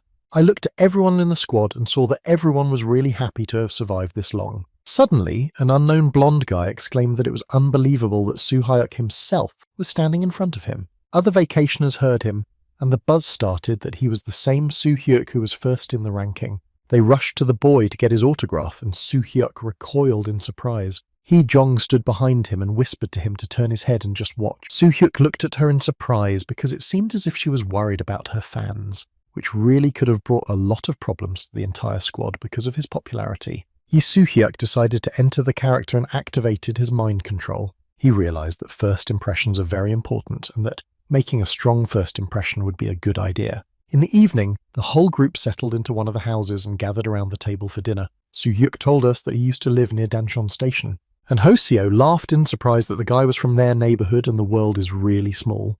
The table was piled high with a variety of food, vegetables and meat, which Cole ate with pleasure without haste. It was incredible that on the 10th floor they cooked food perfectly, as if it were on Earth, and perhaps even better. Suddenly, Hee-jong mysteriously said that the situation should be different in other sectors. She said that she had heard of people selling items for achievement points or giving them only water and bread. Cole imagined what she had described and whispered softly that it was quite possible. Soo-hyuk finally understood what she had said about preferences. If it weren't for the girl, they wouldn't have a table like this. Suddenly, his thoughts were interrupted by someone's voice apologizing and asking him to sit down with them. Soo-hyuk looked up to see Braham standing in front of him. While he was recovering from the shock, the girl sat down next to him and smiled sweetly, and she met Dobby, who was shaking her hand with his paw and was happy to meet her, and then looked at the legs and noticed that the girl was warmer than Soo-hyuk. The boy watched them get acquainted and thought that Braham was very kind to Dobby and probably a good person. It was only Hee-jong, who was burning with anger and jealousy, that Soo-hyuk couldn't understand this reaction. It seemed as if Hee-jong knew Braham before. The guy went through the options, not understanding her strange behaviour, and asked Hee-jong what happened to her, but the girl proudly and silently turned away from him without answering his question. Meanwhile, Braham said that one of their group members suggested collecting the wills of the other participants. Soo-hyuk looked at her in surprise and asked what she meant, and Graham said that her friend Handlake said that if someone survived and left the tower, that person would be able to hand over the wills to the families of the victims. Cole looked at Soo-hyuk and whispered that there were too many participants and no one knew how many would be killed. But Graham told him that the community remains, and that is why wills should be short, and they will be delivered by those who can get out of the test tower. Soo-hyuk asked her how she was going to remember them all. Graham explained that the store sells automatic notebooks where you can take notes and send them separately to recipients, and her friend Handlake will work with it to make sure everything works smoothly. He will update them on each floor and post them in the community chat. And in case it is destroyed, someone else will take over so that the project can continue. After drinking some beer, Hoseo supported Graham and her idea, thinking that Handlake was a good person. And Graham added, laughing, that indeed this boy is also a good magician. Soo-hyuk drank his beer in silence and thought about the girl's words. He liked the idea because these wills could bring relief to families. Suddenly Graham moved closer to him and asked if he wanted to have a drink with her. The guy blinked in surprise, not understanding what she meant, because everyone at the table had long since drunk their glasses. Graham blushed and explained that she meant to drink alone. And after these words, Soo-hyuk choked and began to cough, blushing. Meanwhile, the souls continued to watch Soo-hyuk's journey, and one of them couldn't stop crying while discussing the new recreation area. The soul with the glasses replied that all the souls around him did not have bodies, but were going to do something here. She asked the other soul if it was true that she was Masel, someone who had never met anyone before. The bespectacled man began to make fun of her, calling her a moron, a Masel, and then he summarized that he didn't understand why Soo-hyuk would save such unworthy scum. Meanwhile, Hee-jong heard Graham's proposal and began to get angry again, reminding the boy that he had promised to tell her about the armor. But Graham didn't seem to notice her and asked Soo-hyuk again if he was going to drink with her. But the guy laughed and apologized to her, saying that he really had to talk to Hee-jong. And looking at Hee-jong, he thought it was better not to give in to these provocations right in front of her. Graham meanwhile turned her eyes to Cole and looked him in the eye. That he started waving his hands, convincing me that he didn't like her at all, and that he had another partner. Graham laughed out loud, explaining that it was a joke, and she lost interest in the others after the 8th floor. The girl stood up and walked over to Soo-hyuk and hugged him for a moment, and the world froze for a minute, and Hee-jong began to burn with anger again at the sight of such harassment. Soo-hyuk could not stand it any longer and asked her why she was behaving like this, since he had done nothing wrong. Hee-jong was already quite drunk, but she was embarrassed, and Hoseo started laughing at her behaviour, and everyone, together with little Dobby and Harin, raised their glasses and continued to have fun for a very long time. And when night fell and everyone went to their rooms, each of the participants could not hold back their tears for their home. In the morning, all the conquerors went to a gun shop where they were met by a strange salesman who looked like an old troll. The seller offered to look at the goods on his own and go up to the 2nd floor where the equipment was sold. Hee-jong looked at the shelves with interest, and Soo-hyuk reflected that in many games you can bring a lot of things. The girl telepathically answered him that if everything were so simple, then regression would not be necessary. Her eyes were drawn to 3 expensive items, a necklace, a ring, and a bracelet that cost an incredible amount of money. Hee-jong cheerfully taunted the guy that he would leave all his wealth here today. Suddenly she fell silent, her gaze catching on the armor that Hee-jong began to examine with interest. Looking down, she saw the underworld's magical gauntlets that could accumulate mana. Hee-jong couldn't believe her eyes that they were being sold so easily. Soo-hyuk's eyes also glazed over because these gloves were worth 70,000 points. Hee-jong didn't notice his shock and wondered why she hadn't known they sold them here before. And she asked Soo-hyuk if he remembered when they first came to the tower and were told that there were 4 intelligent species involved. The guy recalled this conversation, and Hee-jong explained that these gloves are worn by a first-rank warrior from another planet. She asked Soo-hyuk to buy gloves right now and buy the armor later. Shocked, Soo-hyuk reminded him that he had only 54,000 points. Hee-jong slyly replied that she would give him the missing points, which shocked the guy. Explaining that she can transfer points to others, the rating does not decrease. Soo-hyuk will only be charged a commission of 10%, but if you just buy it, no commission will be applied. And looking pitifully into his eyes, she asked him to trust her and just silently buy those gloves. Soo-hyuk gave in to these arguments and persuasions and bought the gloves of the underworld. And after reading their characteristics, I was satisfied with the purchase because they were of the highest class and created in the underworld. And at that moment, he and Dobby were taken to the 11th floor, where there was a mine, and they were given 12 hours to destroy the enemies. The floor felt a little more contrasting than the last single floor. An image of Hee-jong appeared before his eyes, telling him not to lose focus even when the goblin appeared. And what he needs to remember is that if a goblin has the same appearance, their strength can vary depending on the floor. But in no case should he lose focus and concentration, and Dobby at that moment vowed that he was going forward. They both walked slowly through the mine tunnel, looking around carefully. Suddenly, 2 huge orcish guards in metal armor appeared in front of them. Soo-hyuk shielded a Dobby and grabbed his axe. Inspecting the orc's armor and thinking that if this armor is made of sheet metal, it would be better to attack them with lightning. Soo-hyuk rushed at the orcs, realizing that he needed to learn more on single floors using only an axe. The boy swung his axe in all directions, hitting the orcs so hard that Dobby froze with delight. And when their bodies were lying on the ground, Soo-hyuk saw red and black doors in front of him and a message that they had entered the boss's room and had to choose a door. Soo-hyuk asked Dobby if there really was no secret mission or room, and the little goblin replied that he really didn't feel anything. Suddenly, the guy asked him his opinion on how he had fought up to that point, and the little fan enthusiastically replied that it was extremely cool, but Soo-hyuk doubted it because he made a lot of unnecessary moves. But I felt some improvements and was satisfied with that. Soo-hyuk looked over at the door and asked little Dobby if he knew what kind of door it was, and whether they were connected to the monsters they would face. Dobby screamed that he knew nothing of the sort. Soo-hyuk asked which door he would advise me to walk through, but little Dobby said that he wanted to go through the other door and pointed his finger. Soo-hyuk sighed because the goblin was incapable of doing anything and ordered him to stay by the door so that he could go on by himself. Dobby was offended and was about to cry again, and the guy came to the red door and felt that he had goosebumps on his back from its energy, and his intuition said that it was better not to go in. Soo-hyuk looked at the back door and decided that he should definitely go in. Together with Dobby, he opened the door and went in. It was pitch black as if it were night, and when his eyes adjusted, he saw some strange holes in the walls. I decided to go first and asked Dobby to stand at the entrance for a while. The guy went a little further. It looked like a canal or maybe a trap room. Suddenly a bullet flew out of one of the holes and started moving around the room, and as the ball gained speed, it began to bounce off the ceiling, walls and floor like a rubber ball. At some point, an incredible thing happened.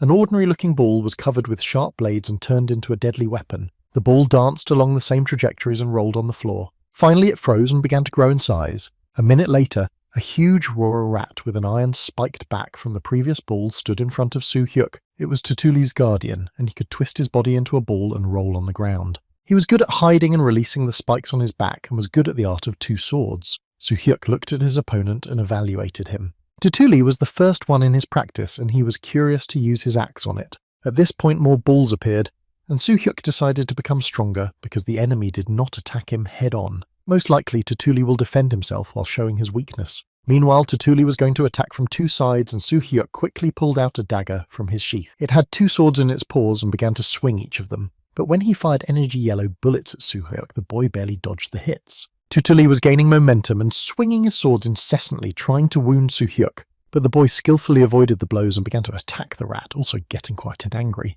He struck with his dagger and hit Tutuli the first time, making the rat scream and furrow its brow. He fell to the ground without signs of life. The unusual opponent was destroyed, and around Soo-hyuk time seemed to have stopped and the other balls barely moved in space as if without gravity. But at that moment he was hit by one of the huge bullets, that he was like a sticker, unable to tear himself away from her, and ran screaming across the room. Dobby started screaming because he saw that the guy was already wounded, and he began to chant the spells of healing and wound healing. Soo-hyuk was enveloped in a fog, and when he came to, he whispered to the goblin if he was okay. The guy looked at his own hands and muttered that if he trained his body a little more, he would be able to attack better. He stood in front of the entrance to a cave and wondered where they should go. And again there were red and black doors, and messages that you had to choose one. Soo-hyuk said in frustration that he knew it wouldn't end after he got out of it once. He reached for the back door again, asking Dobby that this incredible darkness must be because of its colour, and so he will hone his skills in this damned darkness.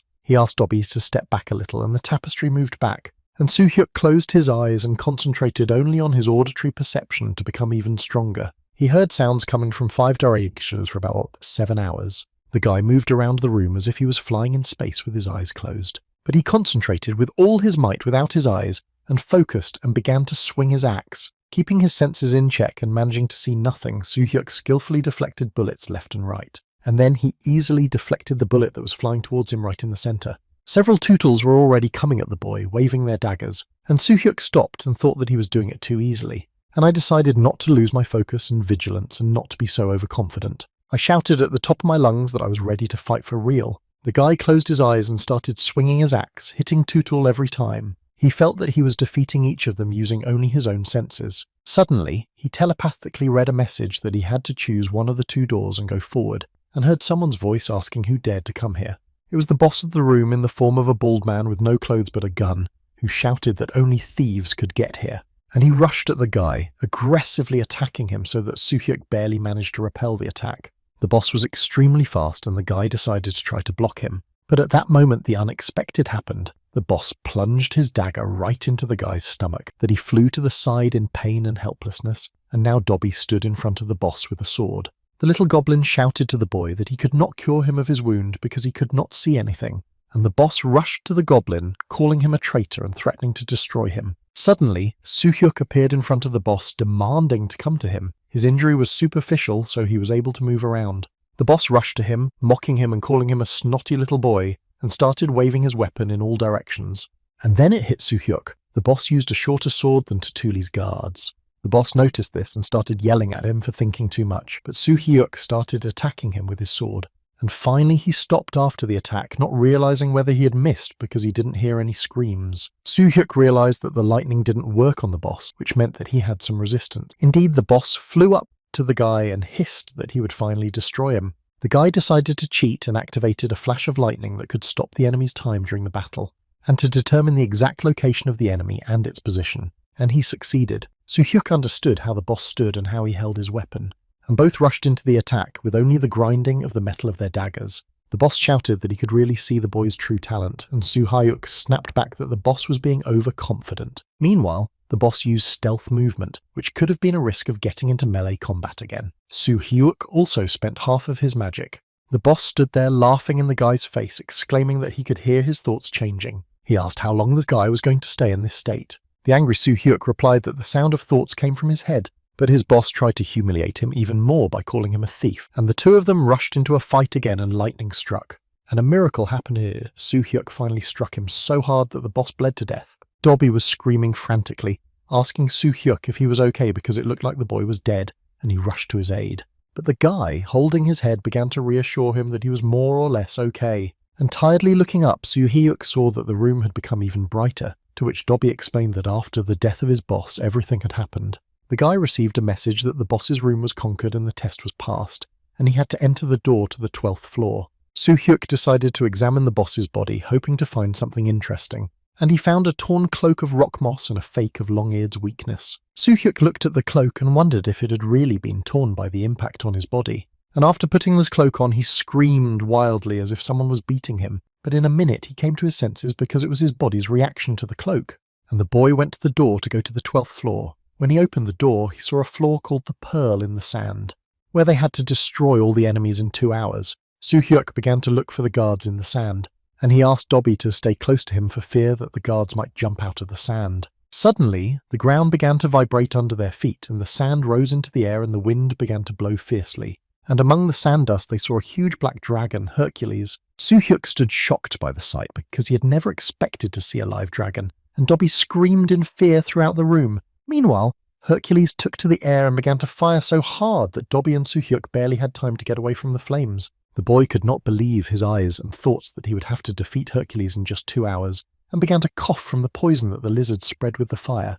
A message appeared in front of him that this dragon had low intelligence due to an illness, and could not use magic and could only produce poisonous flames. He looked at Hercules, afraid that other dragons would appear to help him, but for some reason he had only one thought in his head, namely, what the name Pearl in the Sand meant. Soo-hyuk also wondered whether the poison in the flame was an acquired phenomenon or congenital, but Dobby kept screaming, begging to calm the lizard down, and the boy promised to do something about Hercules. He suggested that we try a shadow veil on the dragon to stop it a little. After shouting the shadow veil spell, the boy directed it at the dragon, and it really stopped hitting him with flames. But the spell consumed too much mana, and the guy could only last 5 minutes. And find the mysterious pearl in the sand in this short time, otherwise he will be the first to lose. Soo-hyuk asked the exhausted Dobby if he could feel anything, and the little goblin barely replied that he had no feelings.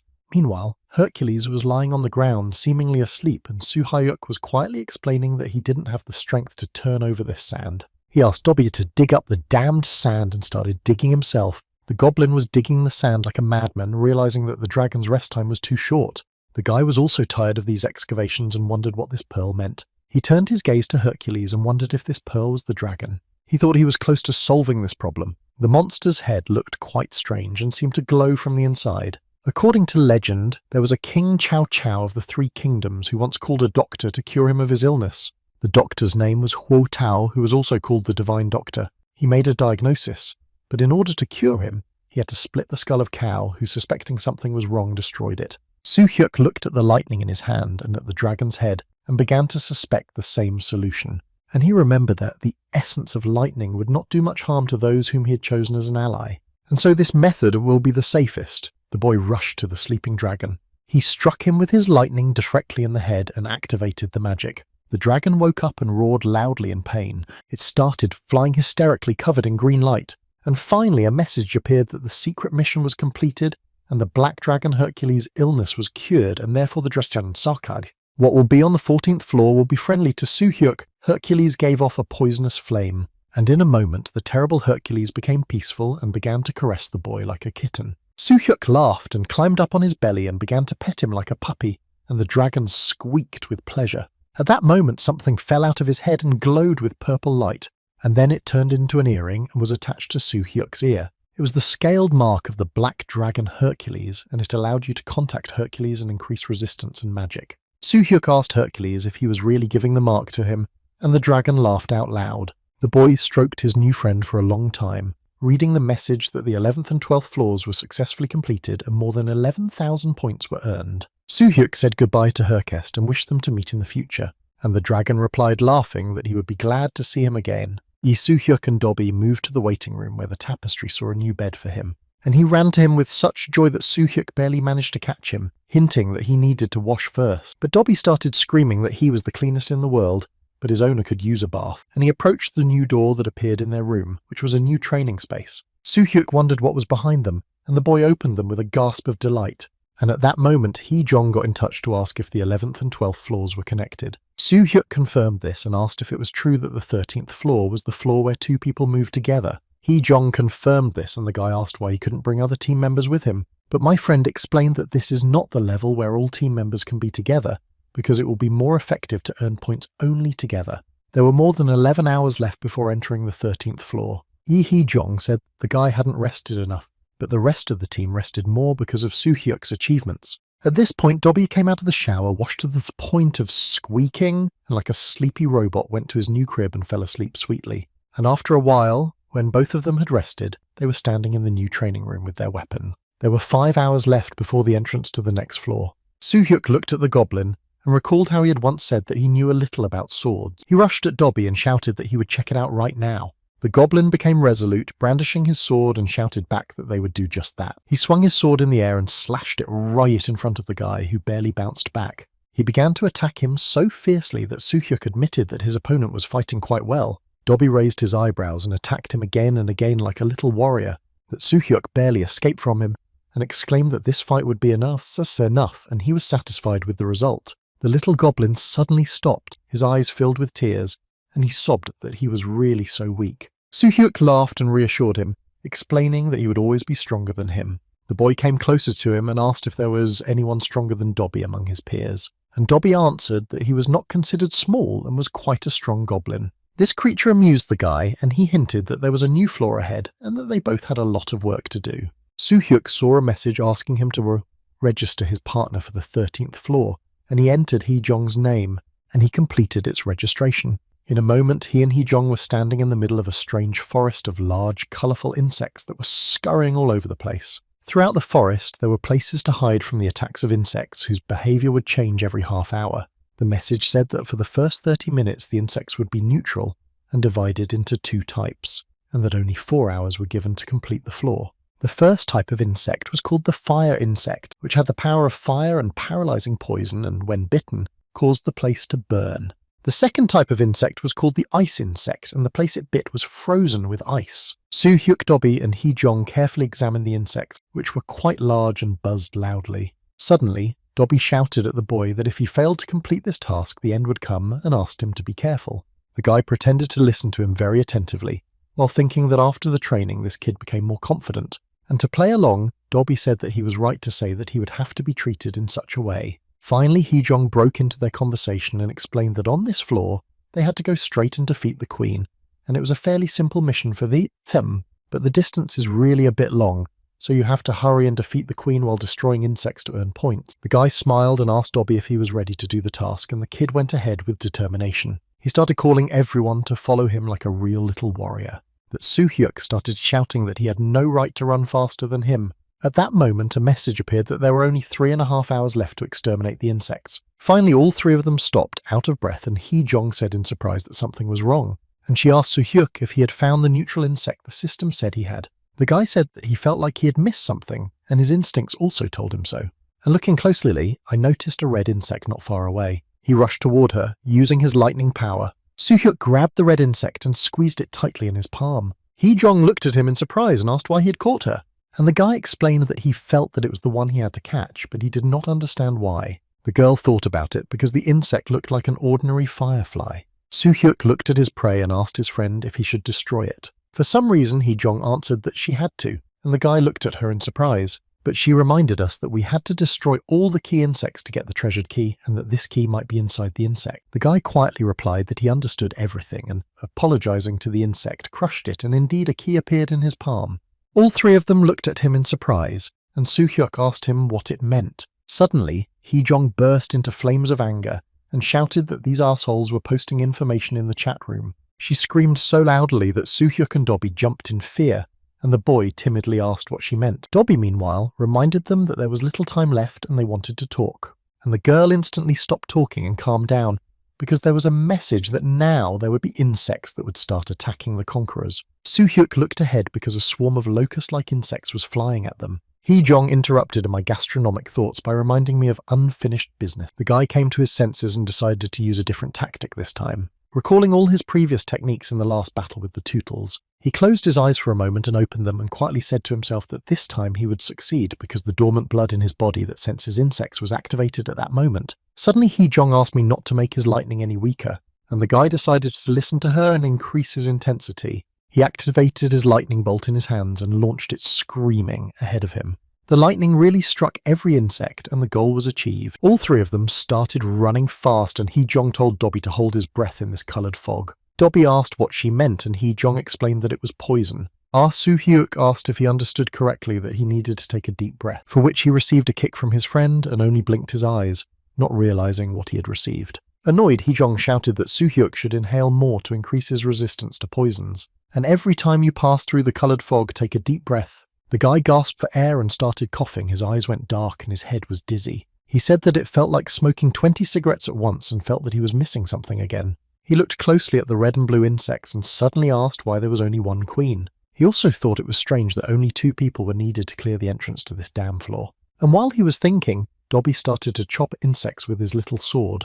But the thought that there was only one queen and 2 types of insects for some reason did not leave the boy's head. All 3 of them ran frantically through the forest, and Hee-jong asked what he meant, and the guy explained that every species of insect should have a queen, but definitely not just one.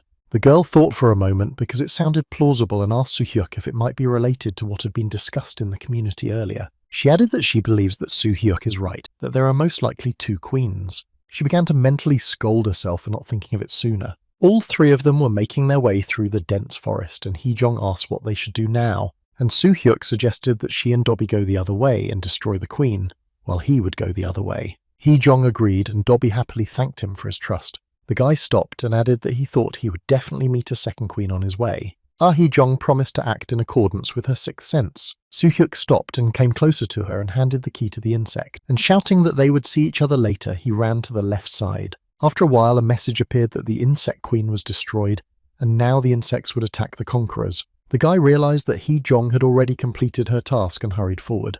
After running a few 100 metres, Soo-hyuk saw a blue beetle and his intuition told him that there was a key inside. The guy activated the lightning in his hands and roared it at the insect. The lightning struck a whole swarm of insects and destroyed them, and indeed there was a key on the stone. The boy lifted his trophy with satisfaction, and now he had only the queen to look forward to. And he ran as fast as he could to the entrance of the mysterious cave because there was only an hour left. Entering it, Soo-hyuk saw the walls covered with ice and felt incredibly cold, which meant that Hee-jong had destroyed the queen of fire insects. After walking a little bit through the tunnel, he noticed something shimmering ahead of him, a huge beetle, which was the queen of blue ice insects and several times larger than them. The boy activated his lightning power and rushed right at the queen and destroyed her with his axe. It exploded, and Soo-hyuk held a transparent ball in his hands. Soo-hyuk saw that there was still an hour left and decided to earn some points. Meanwhile, Hoseo and Harin were also running through the forest of insects, unaware that the air around them was saturated with poison. Hoseo sneezed loudly and his daughter ran after him and treated him on the go, emphasizing that this idea is very dangerous and pointless. But Hoseo was relentless and winked and said that he had a responsible daughter. Harin looked worriedly at the swarm of blue and red insects, and shouting the treatment spell, she rushed toward the swarm, which Hoso just laughed at. For a moment, he even started to cry because his daughter was really an adult. Suddenly the insects screamed and each of them fell from the arrow that hit the target. It was Cole in person, with a bow in his hand, shouting that the rear was clear. Braham, who was next to him, also cheerfully remarked that together they were doing great, and they both saw a message that the 13th floor had been successfully completed and points were being calculated.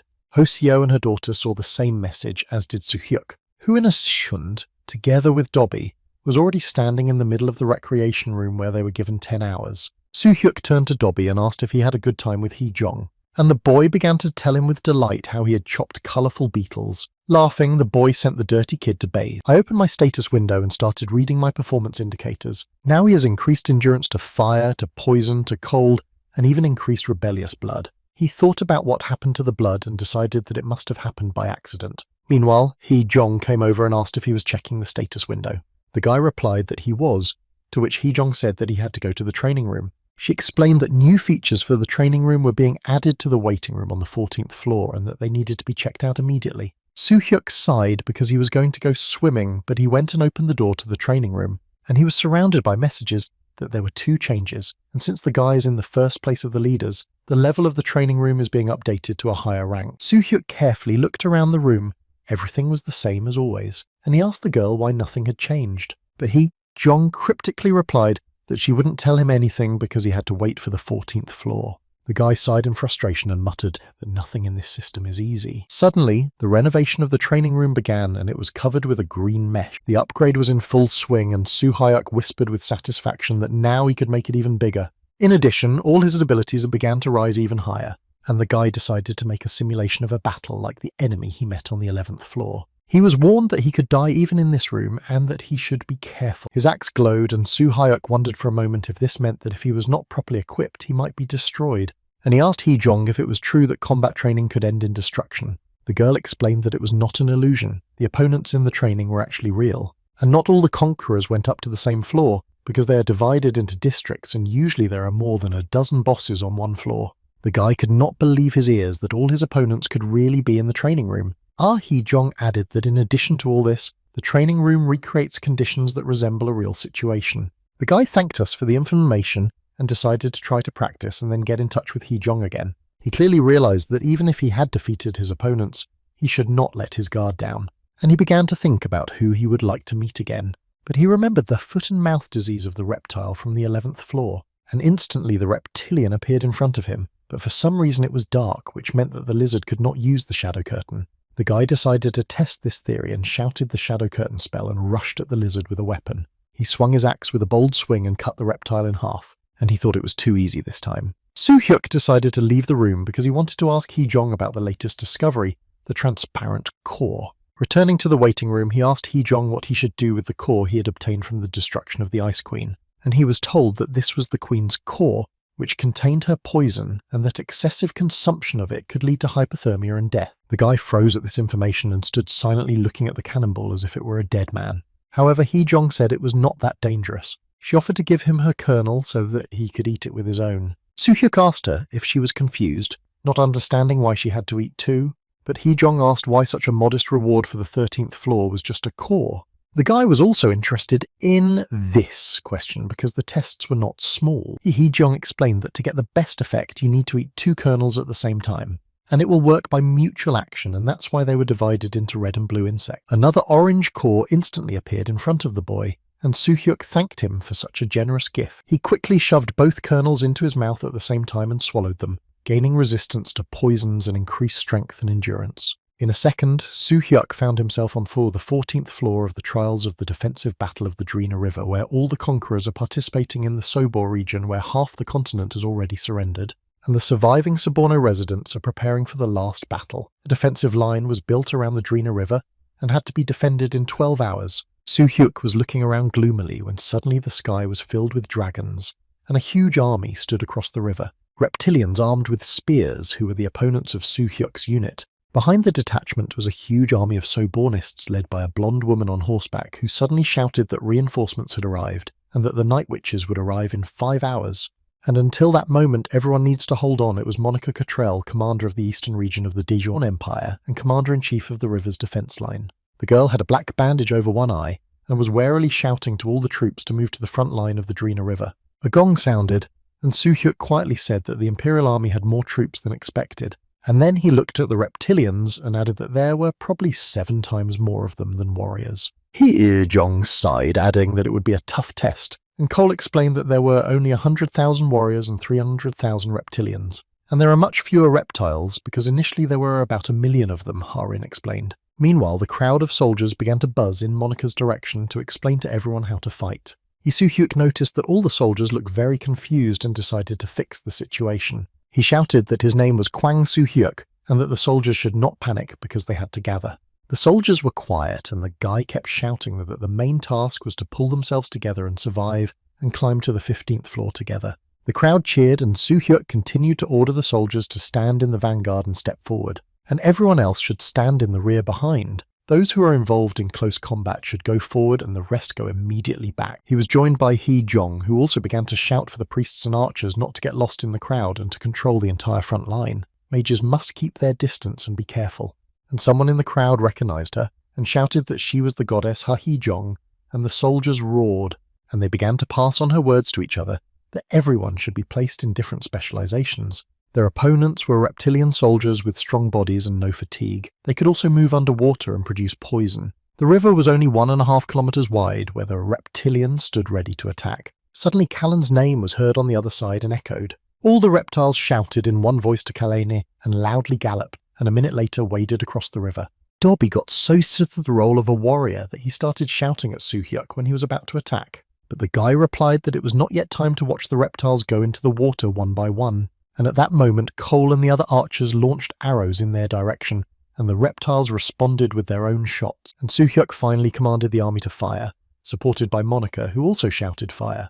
And a huge reptile on the other side of the river roared into action, and thousands of lizard arrows flew towards Soo-hyuk's army. Hee-jong yelled at the soldiers to deploy a protective shield at a height of 50 meters, and the arrows fell with a crash on the shields and broke into pieces, and Cole's arrows reached the bodies of the reptiles. Soo-hyuk watched the battle through gritted teeth, thinking that even though they managed to confuse the lizards, they were still in small numbers. Meanwhile, some reptiles continued to successfully swim across the river, and in the sky there were dozens of wyverns in flocks. Hee-jong looked up at the sky and shouted that the wyverns would land 20 meters away. And at that moment, Soo-hyuk decided to activate his lightning power. Ordering everyone to step back from the riverbank, the guy launched his lightning directly into the water using the gloves of the underworld. That the reptiles that swam there were screaming from the electric current that the water perfectly conducted. Harin and some of the soldiers stood there as if they didn't understand what was happening. Monica, impressed by what she saw, finally asked who the guy was. Meanwhile, Hee-jong yelled that she was focusing on the wyverns in the sky and activated her fire staff. She gave the order to shoot down the wyverns immediately, which began to fall like chickens from explosions, and the other reptilians continued to go into the water. The head reptile suddenly shouted at everyone to retreat and move away from the riverbank. Hearing this, Soo-hyuk wondered if the lizards would not cross the border. Meanwhile, Hee-jong ordered the magicians to get ready and take their positions, and Dobby happily shouted that the enemies could not come closer and laughed out loud. Hoseo came closer to him and added that it's true. Thanks to Soo-hyuk and Hee-jong, the enemy can't even get close. And Dobby started shouting that they had won. Hoseo rushed to the kid and tried to cover his mouth, but it was too late. Hee-jong shouted to all the soldiers to stay focused, and the soldiers behind them hysterically shouted that a real battle had begun because they had seen a huge reptile. Monica bowed her head in despair and whispered quietly why they had been subjected to such trials. It was only Soo-hyuk who shouted to everyone not to despair because he would sort everything out, so there was no need to lose hope, and the crowd came to a little bit of a sense. 4 hours of battle passed, and a huge black dragon, Sarkaj, appeared, a very ancient dragon that had lived for thousands of years and had scales stronger than metal. Soo-hyuk stared at Sarkaj and wondered if they could really win, and Hoseo could barely catch his breath because the flying reptile changed course and did not reach him. Suddenly an incredible thing happened. The river turned red like blood and began to boil, and in a minute it was completely dry. Soo-hyuk was numb from what he saw, and at that moment the reptilian shouted to his warriors to attack in the name of Kurlain. Suddenly, Monica gave the order that the shadow would protect everyone and that the copyists should move forward. And he, Jong, shouted to the guy that she would come in from the rear as planned. Soo-hyuk told her to move forward with the Saborians right to the front line and start casting fire magic. Meanwhile, Cole and the other archers aimed at the wyverns to prevent them from approaching, and Cole shouted that the enemy's weak point is his heart, which is located between the chin and the fourth rib, and the arrows flew rapidly at the wyverns, destroying each one. Suddenly, Soo-hyuk got up and ran somewhere, ordering everyone to stay put. He helped the commander's corps to defend the front line and activated the power of lightning and slammed his axe into the ground. That the reptiles roared again from the pain of the energy they received. Then the guy activated the shadow curtain and the lizards were covered with fog.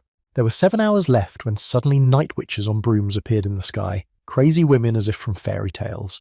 And Monica joyfully shouted that the 588th bombing squadron of the night witches had arrived and ordered the reptiles to be thrown back. The crowd of warriors roared with joy and the witches began to bombard with incredible turns. Everything in the sky and on the ground was on fire from the bombs, and Soo-hyuk decided to turn around and walk to the river, going upstream because that's where the black dragon flew. Dobby, who heard all this, burst into tears and began to say goodbye to him as if to thank him for everything. But the guy calmed him down and promised to finish everything and eat a steak. Meanwhile, one of the wyverns suddenly turned and launched a column of fire. She fired directly at the enemy, hitting a part of the army and burning it out, and she had already caught up with the main witch Erendel when Soo-hyuk prevented her. He landed on Erendel's broomstick behind him, hitting the wyvern with his axe in time. The witch was surprised to see him, but Soo-hyuk told her to fly straight to the dragon and explain the details later. Erendel said the guy was crazy, and Soo-hyuk explained that he had a solution to win this battle. But the witch pointed out that with the appearance of the black dragon, everything had changed dramatically, and the river's defense would soon fall. But the boyfriend asked her to at least try, and she agreed because there was little hope left and flew high into the sky. They flew closer to the wyverns and Soo-hyuk threw his lightning magic at them, frying them thoroughly. And he shouted to the black dragon to look at him immediately. They were again surrounded by wyverns in a circle like Sarkei's guards, but Soo-hyuk and Erendel fearlessly approached the reptile. And Erendel could not stand the tension and cried, realizing that her end would come that day. Soo-hyuk tried to calm her down and shouted at Sarkaj if he could see his earring. And Sarkaj stopped, not understanding how this was possible, and Soo-hyuk continued to shout to him that he had received it after he had cured the dragon Hercules of the parasite, and now Hercules was healthy and could use his magic. Sarkaj was shocked by what he heard, and said quietly that he understood, but Soo-hyuk continued to speak, that he had no choice but to destroy the guards to save Hercules. Sarkaj came even closer and said that Hercules would be safe now. Sarkaj sighed and closed his eyes, whispering that he would no longer stay here because he no longer recognized his allies with age, apologizing for his past sacrifices. And at that moment, another earring appeared in the air. The dragon explained that verbal apologies would not be enough, so he gave him an earring to match, and it shone on Soo-hyuk. It was the emblem of a black dragon that gave a magical connection to the dragon Sarkaj. The shocked guy sincerely thanked him for such an incredible gift, and Sarkaj promised to restore the battlefield and not to forget the boy and meet him again someday. Sarkaj shouted loudly and all the werewolves flew away while Erendel burst into tears, thanking Soo-hyuk for saving the entire army. But suddenly he realized what the words "restore the battlefield" meant, and he shouted to all the soldiers to retreat immediately because the river will return. Monica also started shouting at everyone to retreat, but the river was already roaring back into its old channel, so it was necessary to finish off the rest of the reptiles. The soldiers obeyed the order, and the river flowed quietly as if nothing had happened. Soo-hyuk finally met Hee-jong and thanked all the soldiers for the incredible battle. Soo-hyuk quietly asked his friend how her fight had gone in the past, and the girl tearfully replied that it was very terrible because she lacked knowledge and skills. At that moment, Monica approached them and asked for the boy's name. The boy said his name, and Monica bowed and said it was an honor to fight with a warrior like him, because the battle was hopeless and everyone realized that they would be destroyed. But the boy was interested in one question and asked what she knew about the Shadow of the End, and the girl explained that it used to be called Shark Feather, and that's all she knows, and asked if Soo-hyuk had received a blessing from the Shadow of the End to use the Shadow Force, and the boy laughed and said that he had never done so. Monica also added that the saint once said that the worshippers of God are practitioners from another world, but most likely Soo-hyuk believes in another god. The girl explained that the order they received was to defend the front line, and even their emperor did not believe that they would return victorious. But thanks to the efforts of Soo-hyuk and his team, they won, and now they will return to the tower and fight there and ask if the boy will return to his world. To which Soo-hyuk replied that everything is possible, and Monica said that they would meet again as predicted, and asked him to take care of himself and left. Soo-hyuk was watching the wounded and bodies of the fallen being carried off the battlefield when a message appeared that he had successfully completed the 14th floor and earned 18,000 points. At that moment, the guy thought that until now he thought he had developed through training, but he hadn't. This happened because he had never lost people, and so the feeling of victory was bitter. Everyone was moved to the restrooms, where Dobby had already bathed and demanded that Soo-hyuk do the same. Soo-hyuk smiled and hinted that he had left a steak on the table, and Dobby immediately ran to eat it. Meanwhile, the guy wrote a post in the community describing the number of victims on the 14th floor and declaring mourning for the dead. He didn't know who would pass through the tower and leave later, but he promised to do everything in his power to protect as many people as possible, and for this, it was necessary to unite the hearts of the conquerors. His entire team and other members of the tower read this post. Sometime later, Soo-hyuk was standing on the 15th floor of the way to the tower reading the task in the message, and his team stood by his side ready for new challenges. And the boy looked around and exclaimed to all his friends that they should start a journey to the new floor.